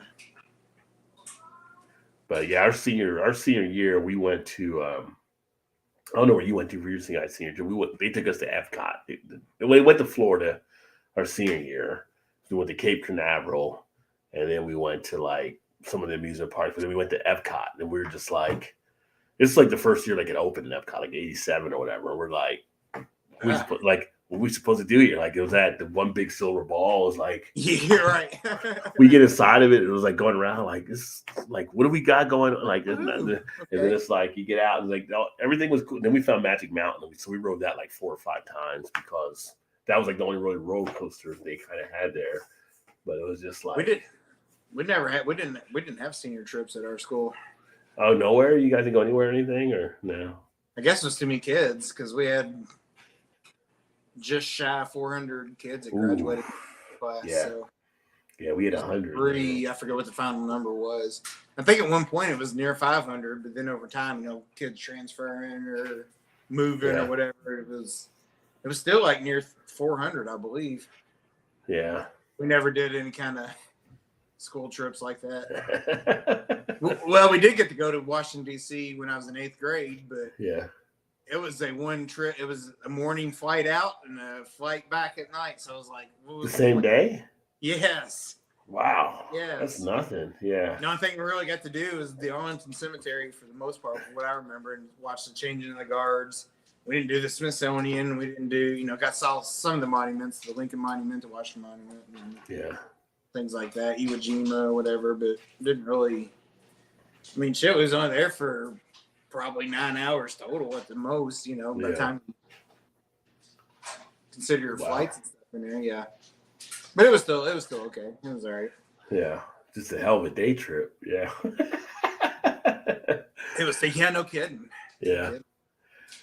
Yeah, we got down. I mean, it was cool, but it was the first one at Epcot. It was like I think we spent most of the time at, and then we got to see the Michael Jackson show they had down there. They used to have back there Captain EO or whatever, which is pretty cool. Oh, yeah. Because that was like the first 3D Yeah, I theater. remember that. Yeah. That was like the first 3D theater to be in. It was just like, they had part of the scene and the ship crashed and all the smoke is blowing out onto you. And you're like, what the hell is going on? They're like, but that was a big feature. I remember making a big deal about that when. Oh, yeah. Or whatever back then. It was a great production. Of course, then all the stuff came out. They kind of pulled back from Disney on it. But, this was way before they had like if you go now, I think you'd have more fun if you were in high school with the whole Universal Park and stuff they have there with Universal Studios. They have more stuff. Oh, I think because when we went, you had to be a little kid or you had to be an old person to really enjoy it. Kind of limited, yeah. Right. Yeah. It's one side or the other. Right. So it wasn't much for where we were. Now there's so I'd like to go there just for the beers of the world or whatever it is that they have. We can have beers from different countries or whatever it is. Yeah, that and see, yeah. Well, it's funny. We went to when I was a freshman in high school, I was in the ski club and we went up to ski at Killington in Vermont, Stowe and Killington up in Vermont, which is close to the border of Canada. So they were actually on patrol to make sure we didn't sneak out of the hotels every night because back then you could easily sneak over to the Canadian border. It wasn't like it is now. And they were 18 to drink up there. So they had to keep people on patrol to make sure we didn't sneak over. It's just like, but it's right there. It's right there. You can see the lights. Would that even still happen today? Like a ski trip? That seemed like there'd be too much risk involved. Oh, I don't know. Probably now with everything. That's what I mean. Probably not. Yeah. I mean, they might do ski clubs and ski trips and stuff. I don't know if they would do it in high school as much as college now, though. That's one thing I've never done. I've never done skiing. Skiing is fun.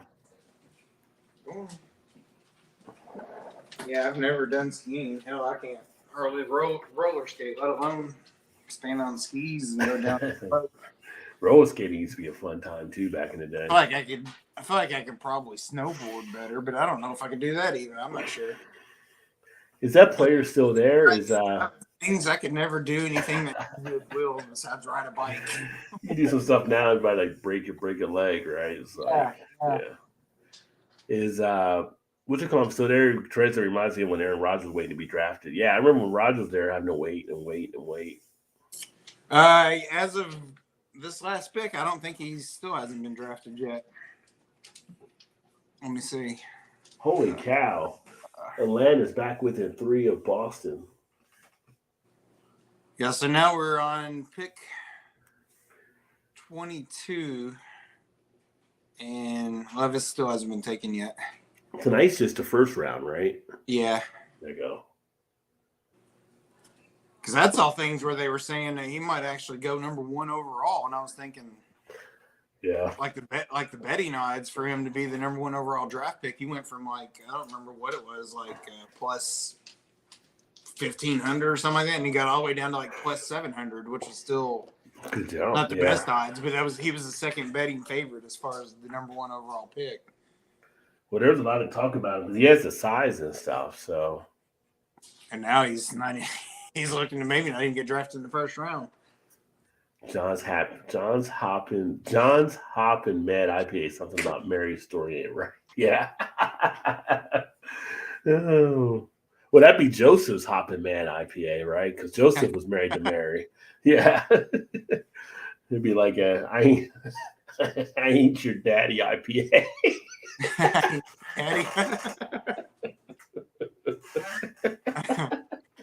Joseph's I ain't your daddy IPA.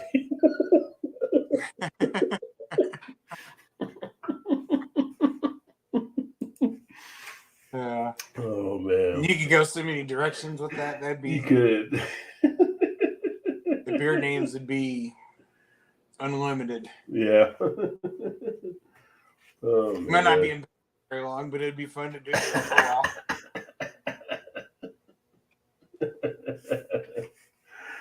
Oh yeah, forgive them sour ale. You can do all kinds of stuff with it. I kind of like the idea of the whole Bird and Bush brewery. I definitely got to look at their menus, see what kind of beers they got there. It's probably a keen idea. I think he might be on some opportunity. Get up on it and see if it's on Untapped. So he said that 5 days at Smuggler's Notch for phys ed and credit. That's how I learned to ski. Yeah, I learned to ski. We went to Killaton and Stowe. I didn't even really know what Killaton and Stowe actually was, but it was like we found out it was like the best ski spot on the eastern coast. We went there for like 4 or 5 days. I think by the 4th day is when I got it down. And then, of course, we had like 1 extra day left to ski before we had to head back. But it was fun. I liked it. The most scary part of skiing is the ski lift. It's going up on the ski lift where it's kind of like you're just sitting on this thing where it's opening. And then on one of the lifts we were on, I was wondering was my my algebra teacher. And it stopped. Because there's something that happened where that stopped the lift. So we were sitting there on the lift and just the wind blowing and we're back and forth. And you can't lean forward because you'll fall out of it because it's just you on a bench seat. You're right. So you're just sitting there and it's just like, and the only thing that probably kept our sanity was we were watching a guy that was trying to go down one of the advanced courses. And on the advanced courses, they have these things. I forgot what they were called, but they would have like ice under like the snow hills. And this guy was like busting his ass like every 10 feet. And it was just like, dude, just take off the skis and walk down. You'd be a lot better off. Yeah. You're so favor. But yeah, that was the more scary thing is just like on a ski lift. But I enjoyed it. All right. So I pulled up the Burning Bush Brewing. Oh, JT's going to give us a report in the coming weeks too. Yeah. What do you got there on the Burning Bush? So some of the names of the beer: Lion's Den. It's a New England style IPA. Tree Wrestler. Smooth Serpent. Red Sea, which is a fruited Berliner Weiss. St. Basil. Sour of Babel. Broken Bread. Sorry to say beard at first. Broken Bread. Walls of Jericho, St. Peter. Then their Oktoberfest is just Oktoberfest. I'm like, come on, man, you can come up with something better than that, couldn't you? Get lazy there, yeah. It's just an Oktoberfest. Rio de Vita, Double Promised Land, Crossroads, Valley of Dry Bones, Jonah, Sermon on the Malt. Oh, and then their Hefeweizen is Heavenweizen. Oasis, Forbidden Fruit, Pumpkin Spice Ale, which is their pumpkin beer. Yeah, again, they got lazy. Got lazy on that. We can't think of something. Something about the October thing. It's like, we're just throwing it in. That's it. Pearly Gates, Bruce Redemption, Sweet Demon Ale. Yeah, so they got all kinds of Good Samaritan. Yeah. So that kind of went along those lines. Yeah. They're definitely more tame than with the names we came up with. I mean, yeah. I just feel like you're kind of slacking there. You got some other opportunities you could be going after. 1 Corinthians. Yeah, it's like, come on, you can at least do a little better than that. Kind of. Yeah. I mean, I would do like the 10 hop mammoths. Yeah, there you go. Yeah. So like who's doing the marketing for this thing? Right, they need to be fired. Of course, the owner's probably like, well, we don't want to piss them off. Yeah. Then again, he's probably I'm not a preacher. I'm not a preacher anymore, but just in case, might be watching. Like, we don't want to I only started this brewery because it's a collection plate, so you know. Collection plate ale. Oh my God, there's another one right there. Yeah. I need to contact that owner. Like, you're slacking on your names. I can give you a lot more. Than you were doing. Yeah. How's your daddy porter? Oh, Babel Imperial Stout. Yeah, see? Definitely endless for sure. Stout was right next to Smugger Day. You don't want to screw up and fall coming off the lift. Well, yeah, when we were on the lift, you definitely didn't want to fall because we were high enough up that if you fell, chances are you could die from it. So it was just like, we were at one of the higher points when it stopped. It was just like, it was probably like 10 minutes, but it felt like forever, like for this thing to move. I remember. Shit, it was when we were just dating. So it's been 25 years ago at least, or 24 years ago at least. We did the ski lift thing at Gatlinburg. Yeah. Have you ever done that where you go up to like? I've seen it, but I haven't done it. Yeah. And she didn't like riding on it. It's not like it was that high off of it. But I mean, if you fell out of it, you could still like either die or hurt yourself really bad. Tuck and roll. Yeah, right. Roll up. Yeah. But she was like, yeah. I was like, look at that. She's like, I don't want to look at anything. I just want to sit here, get down to the ground. I don't want to see anything. Judas Secret 9.9 ABV. There you go. Right. Could it be the 666 Red Ale? I don't know. Yeah. You can do Mary Mag and a 69 Crew IPA. Or would it be 6.9% ABV? Oh man. Devil's Playground. I mean, you got all kinds of names you could play with that kind of stuff there. Now, people may get upset depending on what state you're in. If it's a religious type state, obviously, but they're in Illinois. I think Illinois got a good progressive type thing where you can have some fun there. Yeah.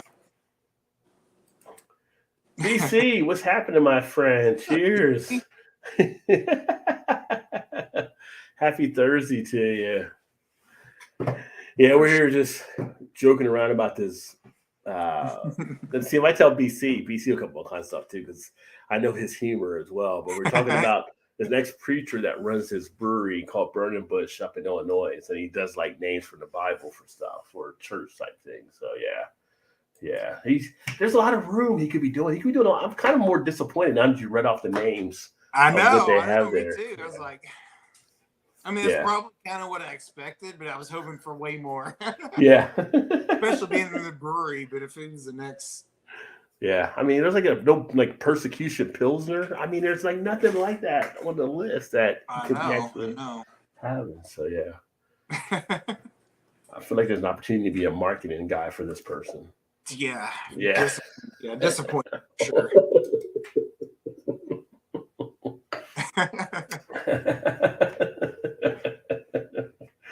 Oh man. I mean, the names would be endless.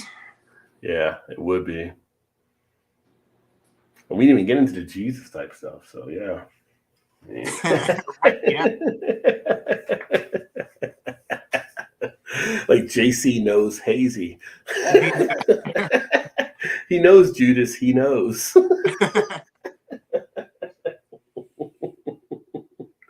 Oh. Just thinking like the barrel age series, you could just have all kinds of just for barrel aging.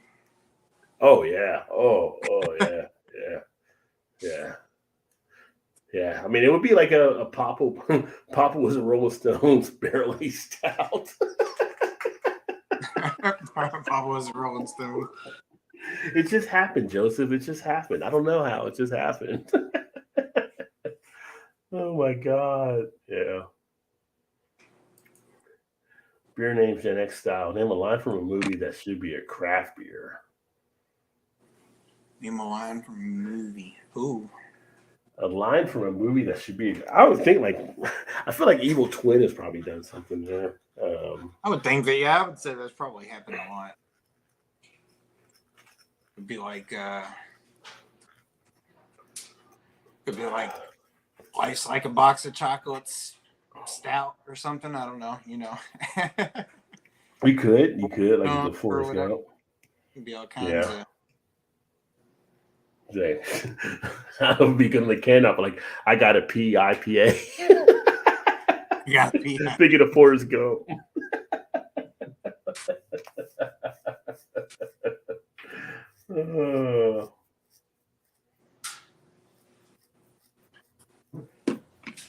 Yeah, that makes me think like Need a bigger boat stout.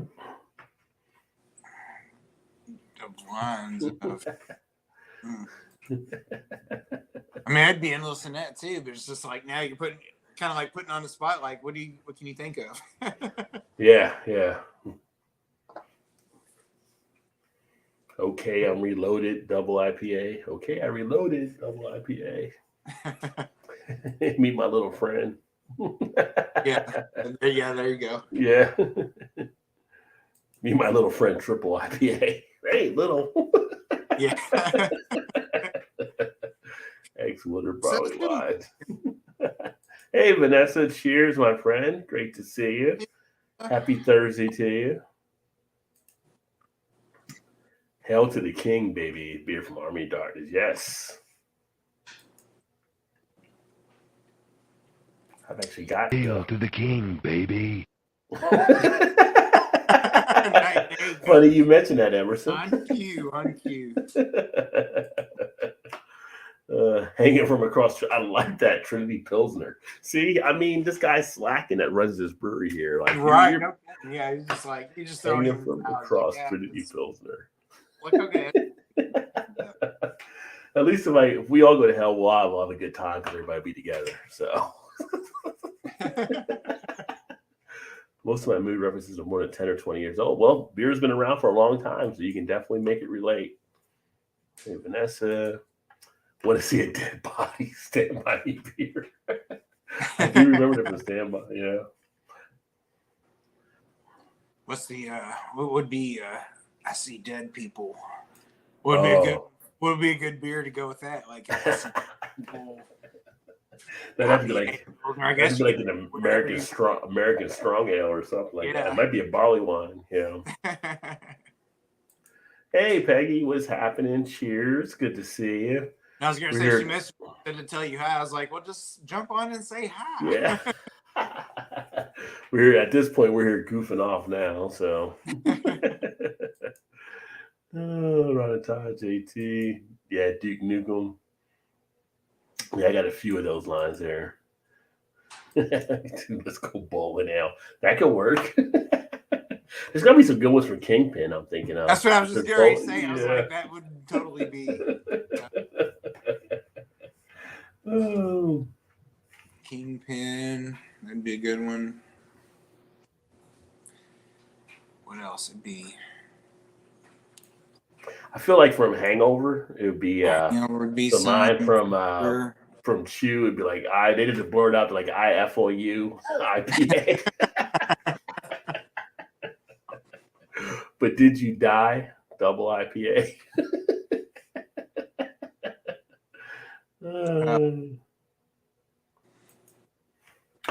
44 Magnum, do you feel lucky, punk? Yeah. Oh, there you go. Yeah. You mean we're smoking dog shit Tank West IPA?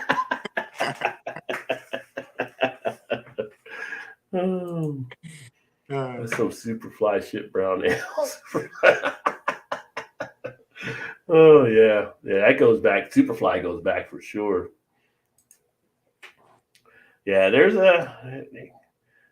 if there was a brewery that came up with a thing and it was like they came up with the name of their brewery, they could actually. I don't know if they could get away with doing movie lines on it because they're probably That's like what I was gonna say. Would it be copyright copyrighted? I would probably. think be some infringement going on that one for sure. Yeah. I'm just fucking with you. Something about Mary IPA. Yeah. That reminds me. How do you get the beans above the Frank? The beans above the Frank. What would that be, like a double IPA or something? I don't know what that would be. See, now you said that, made me think. Have you seen my baseball IPA? Have you seen my baseball IPA? Yeah, that would be another one. Yeah, that would be endless too if you get dove into it. I wonder if that would be a infringement of some sort. They probably would come after you for it, just like George Lucas comes after for Star Wars type stuff. Because the brewery here, Our Lady, they at one time they had a shut the hell us up. It was a Hellas lager or whatever. It was called shut. Oh no, it was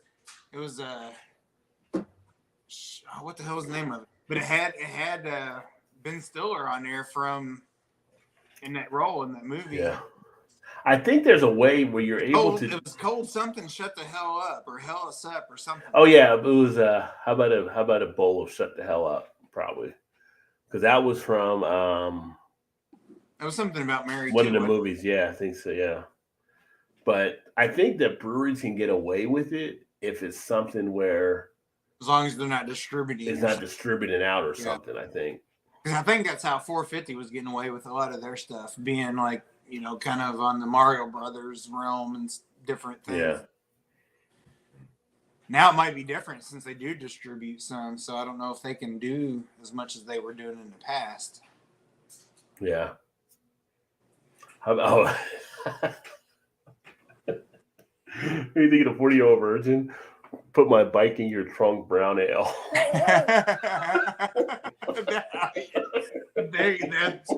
That's the winner of the night right there. Brown ale. Yeah, that would be perfect right there. Yeah, that's the winner. That's it. I have a bike. Put my bike in your trunk. Oh, that was good. That's a classic. That's a good one. Oh shit!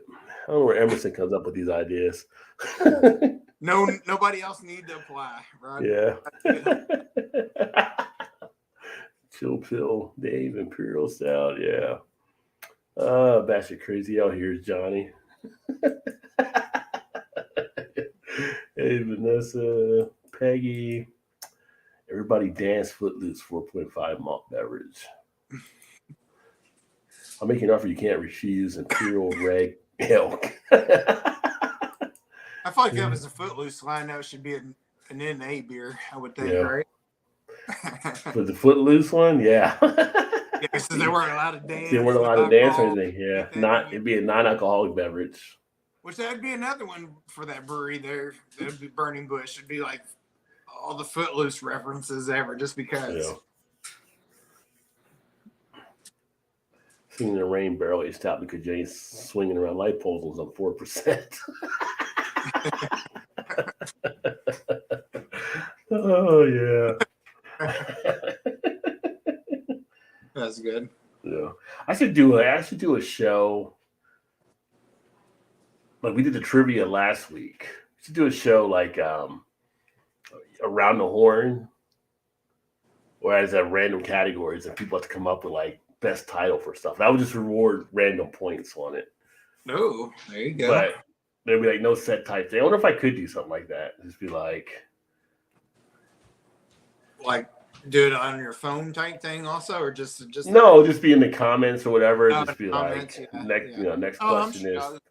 is this, and whoever I thought had the funniest type thing, I would award them the point. But then it's kind of like a little tougher, I think. I mean, it would definitely be to what I thought were the funniest type answers, but I was just thinking that around the horn show is pretty interesting. That'd be kind of if I could do something like that with the beer. So Yeah, that would be fun. It'd be funny to see what people would come up with. yeah, Wolverine's 11.9 style. Yeah, little Red Dawn action. Well, actually, Red Dawn, you might do that with a red ale. So that might be a red ale for Wolverines. Yeah.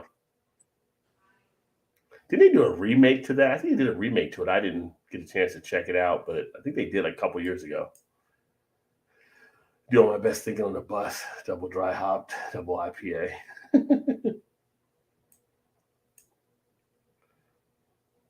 Yeah, there'd be some interesting ones you could definitely come up with for a name of some beers there.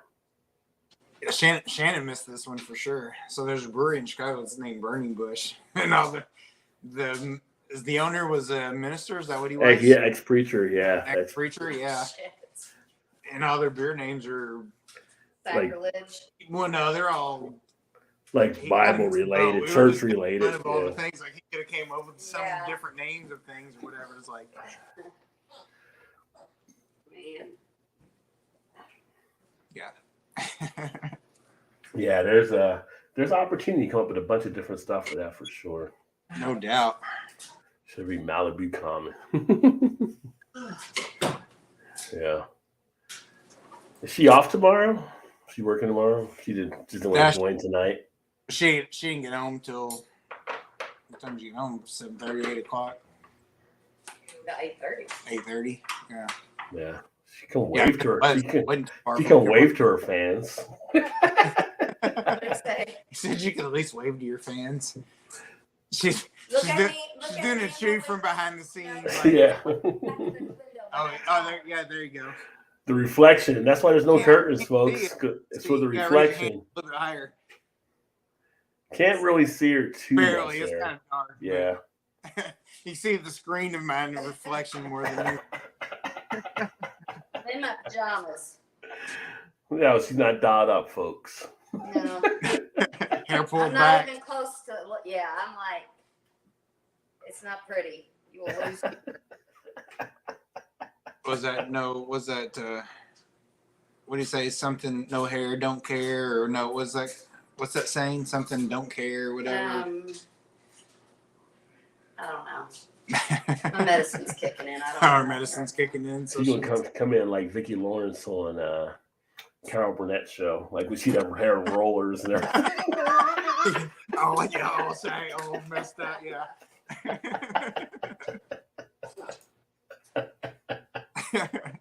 That's a possibility. It's a possibility. You never know. I'll be back, Priminator Ale. You want to play a game, War Games? War Games is one of those movies I haven't seen in a long time. But it's like when you do see it, it kind of still pulls you in a little bit. So War Games is always good, and I always liked Cloak and Dagger. Did you ever watch that? I've seen that. Yeah, Cloak and Dagger. Too. I remember as a kid. That was always good. Third Man. There was a third man. Yeah, it's not a long drive. That's good. I like that one.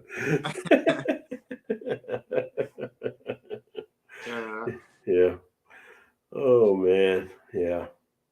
Oh, that's fun. Some good stuff there, Burning Bush. But yeah, I mean, tonight was a little bit lighter of a night and everything, and kind of got back, crack a few laughs, have a little bit of fun time. Get ready to set into the weekend. They get through the final day of the work week. Yeah. I think get through that and next week I got more of the reviews actually dropping and stuff. I'm going to try to still, like I keep saying it, but I'm going to try to do some more other stuff too for the channel and share some other videos and stuff out there too. But so much time in the day. if I didn't have to work, that's the big thing. If I didn't have a job, Damn the work thing. I try to win on the Powerball. It just ain't happening yet. Just ain't happening. So, which I don't get into Powerball to at least $1 billion nowadays. I mean, anything under $1 billion, it's not worth me playing it. It's Yeah, right, not. right. Yeah. It was 20 million. I don't need 20 million. Don't do that. Call me when you get to $1 billion. The horror. Apocalypse Now, yeah. Push Ice, new slogan. Oh. Your grocery clerk sent to collect the bill, Belgium now. There was what was I going to say? There's a dude. They were doing a sequel to a movie coming out. I know that. What movie was it? Was it Clark? Was it Clerks? No, I mean, it did the Clerks thing, but no, there's a new movie. I just saw it. It would have a sequel. I can't remember which one it is now. Well, that name just made me think of that one for. My thing. They were doing it again, or did they already do it again? I was going to ask you. I was thinking they were doing it again. I saw it earlier today. I was going to ask you, is it worth having a sequel? Oh, if I can find it on here still.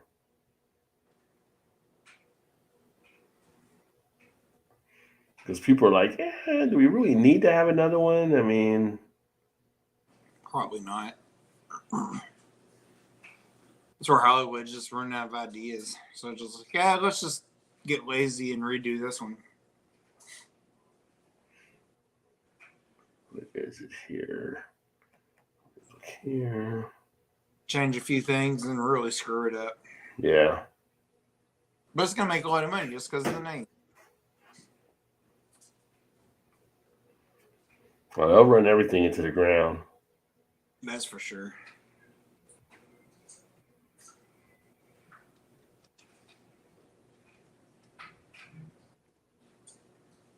So you watch Yellowstone, right? Oh yeah. Have you watched the Tulsa King? Not yet. I haven't. Oh man, that's really good. Well, I think we were talking about that before. It's like, I do want to check it out. I just haven't watched it yet. Maybe that'll be the one I'll fill my void of snowfall with now. I finished it about a week or so ago, and like it's got funny parts in it, and I'm not even sure it's meant to be funny, but it is funny. Another Transformers movie coming out. I'm like, I stopped watching that a while back. Yeah, I haven't seen new Aquaman movie. I've never seen any of those movies. I never really cared about Aquaman when it was in the comics. I don't want to see the movie. Got another Expendables coming out later this year. That would be okay. What was the one again? Shoot. I can't figure out what it is now, but I was like, I wonder if they have Fast 10 coming out as well, which I still haven't watched Fast 9. I mean, how many of those are they going to make? I think the next one is going to be the last one. They talk about the director for Fast 11 as being like the one that's going to direct the final one, I think. Okay. I can't think of what this is. I can't find it on here now. But there was something that was coming out, and it was like, I wish I could remember. They're making a Dune Part 2. I never was a Dune fan, though. No, me either. Just never got into that one. Anyway, so much for that idea. I'll probably remember next week or something. There you go, yeah. When you go to sleep tonight, you'll be like, it'll wake you up in the middle of the night. Now I remember. Yeah. Wow, Steve O's been sober for 15 years. Oh, wow. It doesn't seem like he's that long, yeah. He was one of the crazier ones. Oh, Dodgeball 2 is what it is. Oh, really? They're making it, and I'm like, I kind of be interested to see, but I'm like, do we need a dodgeball too? Because the first one Right. was so good, but Yeah. I don't know. It's been so long now since the first one. Like, it might actually still be pretty good. yeah. Vince Vaughn had announced they were doing a dodgeball too, so is it going to be Vince Vaughn and Ben Stiller? I think Ben Stiller's in this one again. Yeah, the first one was a surprisingly good hit. Like you weren't expecting some of the stuff I think in the first one. Now that you've seen the first one, I don't know if the second one can actually I outdo it. know. Yeah. That's the thing. Yeah. Kind of expectations now be like, yeah. Okay. It's like Wedding Crashers was so good as the first one. Could there be another Wedding Crashers? I don't know if there could be. I know, right? Yeah. But then it's like maybe it could because maybe it could be them as couples crashing weddings doing stuff. But then I don't know if it will work out the same. It would just be because they were going there to hook up when they were going to a wedding, so it'd be kind of a whole different type of thing. So yeah, I think there's definitely movies where just like they're trying to cash in on the name, but the movie itself is garbage. Like, why'd you even come up with that? And offer you can't refuse Italian Pilsner.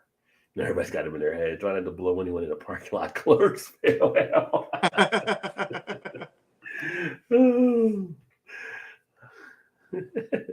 Here's the one guy said, my girlfriend sucked 36 today. Today? I thought you're supposed to be here, Imperial Maple Stout.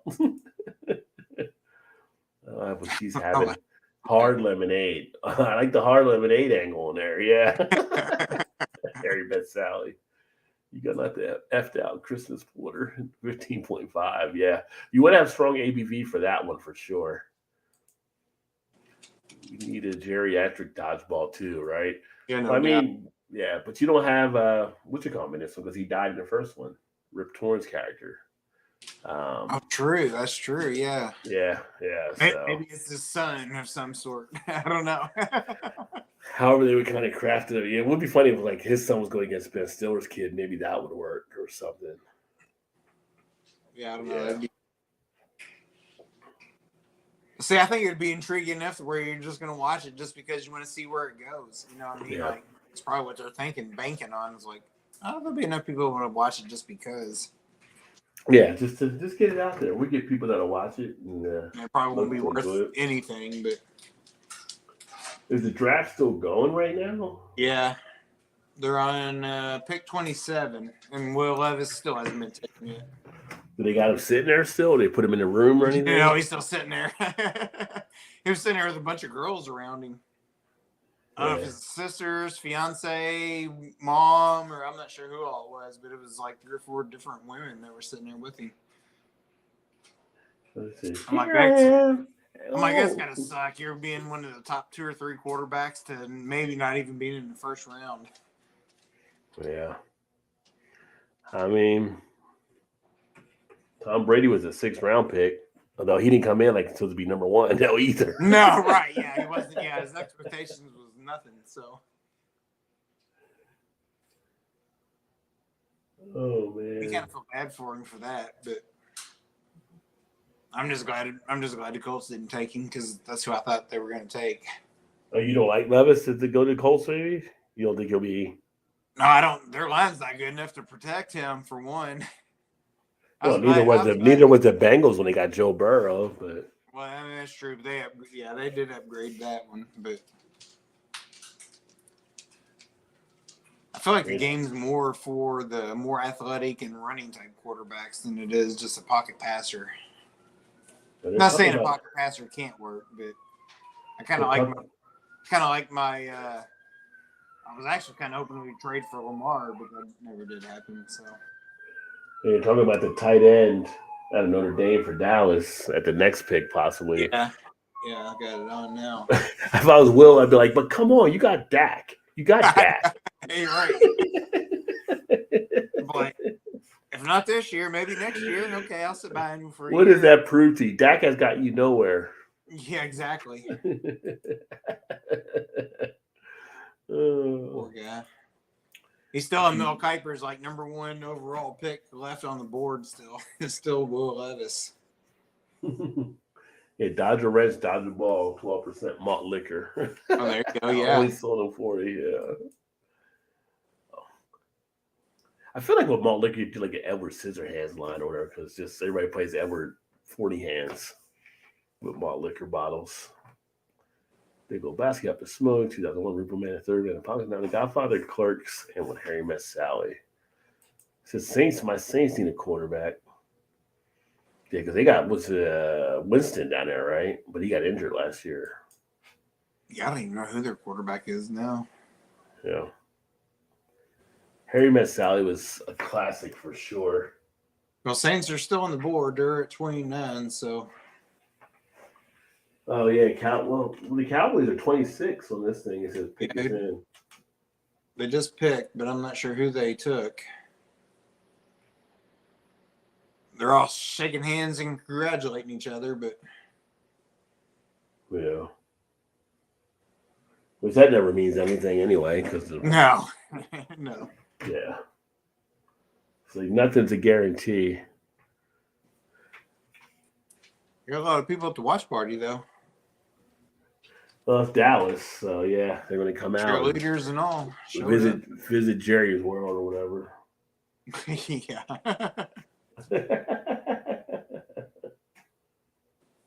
Let's see. You know what? Saints very well could take Levis there that late. Could be a bargain for him. I wouldn't, yeah. I mean, he might very well be a very good NFL quarterback, but I feel like today's game, you got to be a little more mobile than what he is. I mean, he's got the size and arm. I don't know. I mean, yeah, I haven't really watched the games as much now, but from what I've seen, it's like they don't really touch the quarterbacks as much now. Well, I mean, that's true too. Yeah. True too. I think it all just depends on the right landing spot. I don't think the Colts would have been good for him because they couldn't protect him anyway. Yeah. Which is why I think Andrew Luck ended up bailing out when he did. Yeah. It's like Joe Montana, like if I had to play now versus the one I played in the 80s. Oh my God. a lot of those quarterbacks back then. About like, dang. Touch me now or it's a flag. You'd be like, it'd be lighting up the board. Yeah. I was like, you got to pick in.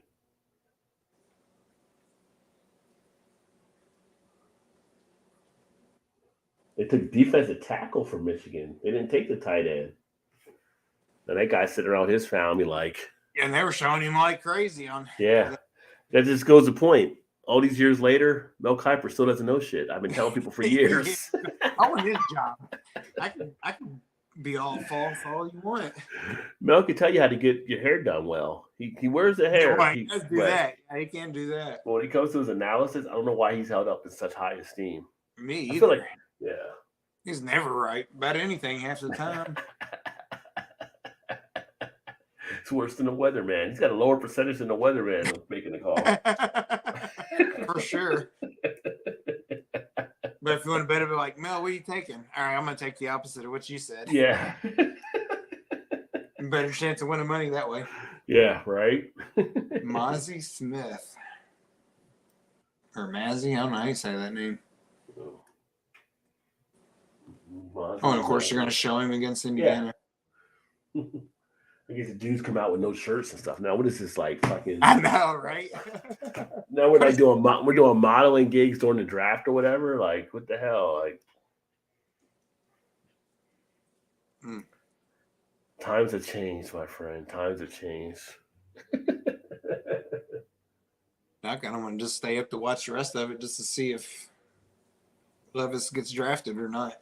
Yeah, he'll be back on day 2. Yeah, because he came out on stage, before now they do all the early predictions of the first round picks come out on stage at the beginning. Yeah, I think they took Rodgers to the green room that year when he was like waiting all the time. So, but as far as I know, he's still out there waiting. I don't know if he is or looked like he was anyway. Yeah, they might have taken him back, but I don't know. Interesting. Thinking you're going to get a top 10 pick to maybe not even be in the first round. You just never know. I mean, it is a draft. You just never know. The Bengals ain't taking him, so. No. Jacksonville ain't taking him, so he's not getting in the next 2 picks. He's not getting taken. Yeah. Yeah, he's going to be probably a day 2 person take him. And or it could be New Orleans. They're coming up 3rd, so they could possibly take him, I guess. Yeah. You got Lawrence and Jacksonville, Burrow, and Cincinnati, so yeah, going elsewhere. Oh, now they're showing the Transformers new movie. Funny just talking about it and it shows up. You're right. They're not listening to you though. No, not at all. Not at all. Emerson's still rocking up stuff. We just cut our girlfriend with the chainsaw. Evil Dead 2 Red Hammer. He's still throwing them out there. All right, I think we're going to get wrapped up here. And appreciate everybody that tuned in and hope everybody's set to have a good weekend. A little toned down tonight, but still a good time. Always fun. And it's kind of nice to have a chill middle of the night every now and again. Yeah. We didn't have Shannon. We didn't have Mal. Mal will be back the week after next. And Shannon might be back next week. She's like every other type person. So yeah, she had work tonight, so she should be off next Thursday. Yeah. Well, it also depends on Friday too. If she's I don't know what her schedule is now. Now that she's changed it to like it's every 3 weeks now instead of every other week, kind of changes. I have a hard time keeping up with it anymore. So this would have been a good night. This would have been a good night to have her do questions as well. Oh yes, it would have been a good night. We do need to do that again. Yeah. Yeah. DT said, drink your milkshake IPA. Well, I used to do Pulp Fiction 5-hour milkshake IPA. Cheeseburger Royale. Or no, was it cheese? Is that what it was? It was no, it was Royale with cheese. Yeah, Pulp Fiction. That's another one with a lot of lines you could definitely quote for sure too.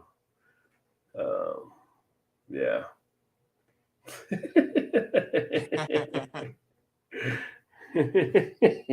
Annie up, you bitch, move IPA. Yeah.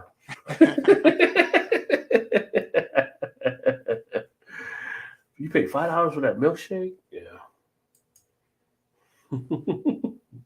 I buy the milkshake just for the bottle. All right. Cheers to you as well, Trez, my friend. Always great to have you in. Hanging out. Definitely appreciate the support. Cheers, Rod and Todd. Fun show. Definitely. I had to come up with some more different stuff. There wasn't a lot of beer news out this last week. Like I said, a lot of it was more around the bud stuff, but can't keep beating that can up. So just like that's just like at some point. But it's just interesting just this way it's still rolling out. It'll last for at least another week or two, probably. Oh, yeah. Just because. I'm just curious now to see if how do we get these other beers out to people that are signed up for these beers? And you'd have to be under distribution to be able to do so. Especially at $30-something a 6-pack. It better be some damn good beer. These same people that were throwing shit out, like breaking up stuff. And yeah, but you're going to pay $35 for a beer. 6-pack. Okay. But it's principle. He said it's a movement. All right. I can stand for principles. I got it. But good luck with that. $35 for a beer, you're going to piss away in 2 hours. I don't know. That probably at what, 5% ABV, probably. Yeah. If you're maybe. I'm sure the guy that's going to come up with this whole thing, I'm sure he's thanking you for it. So yeah, he's like, yeah. But yeah, I said if I'm not here next week, I'm playing chess at Burning Bush Brewery. You're not just playing chess; you're doing research for the show, JT. You come back with some good facts. Yes, you got to come back for us. Yes. You can share some of the names we came up with to let them know, hey, you guys are slacking a little bit. Here's my buddy's thought about some of your names for beers. Yeah, right. No kidding. Yeah. 10% rule. Right. One more day to get through, and then the weekend. I'm looking forward to that for sure. Well, cool. We'll go ahead and get signed off, and thanks for everybody that tuned in, and hopefully you guys have a most excellent Friday tomorrow and head into the weekend nicely. And For we'll look sure. forward to talk to you guys soon. Y'all have a good one.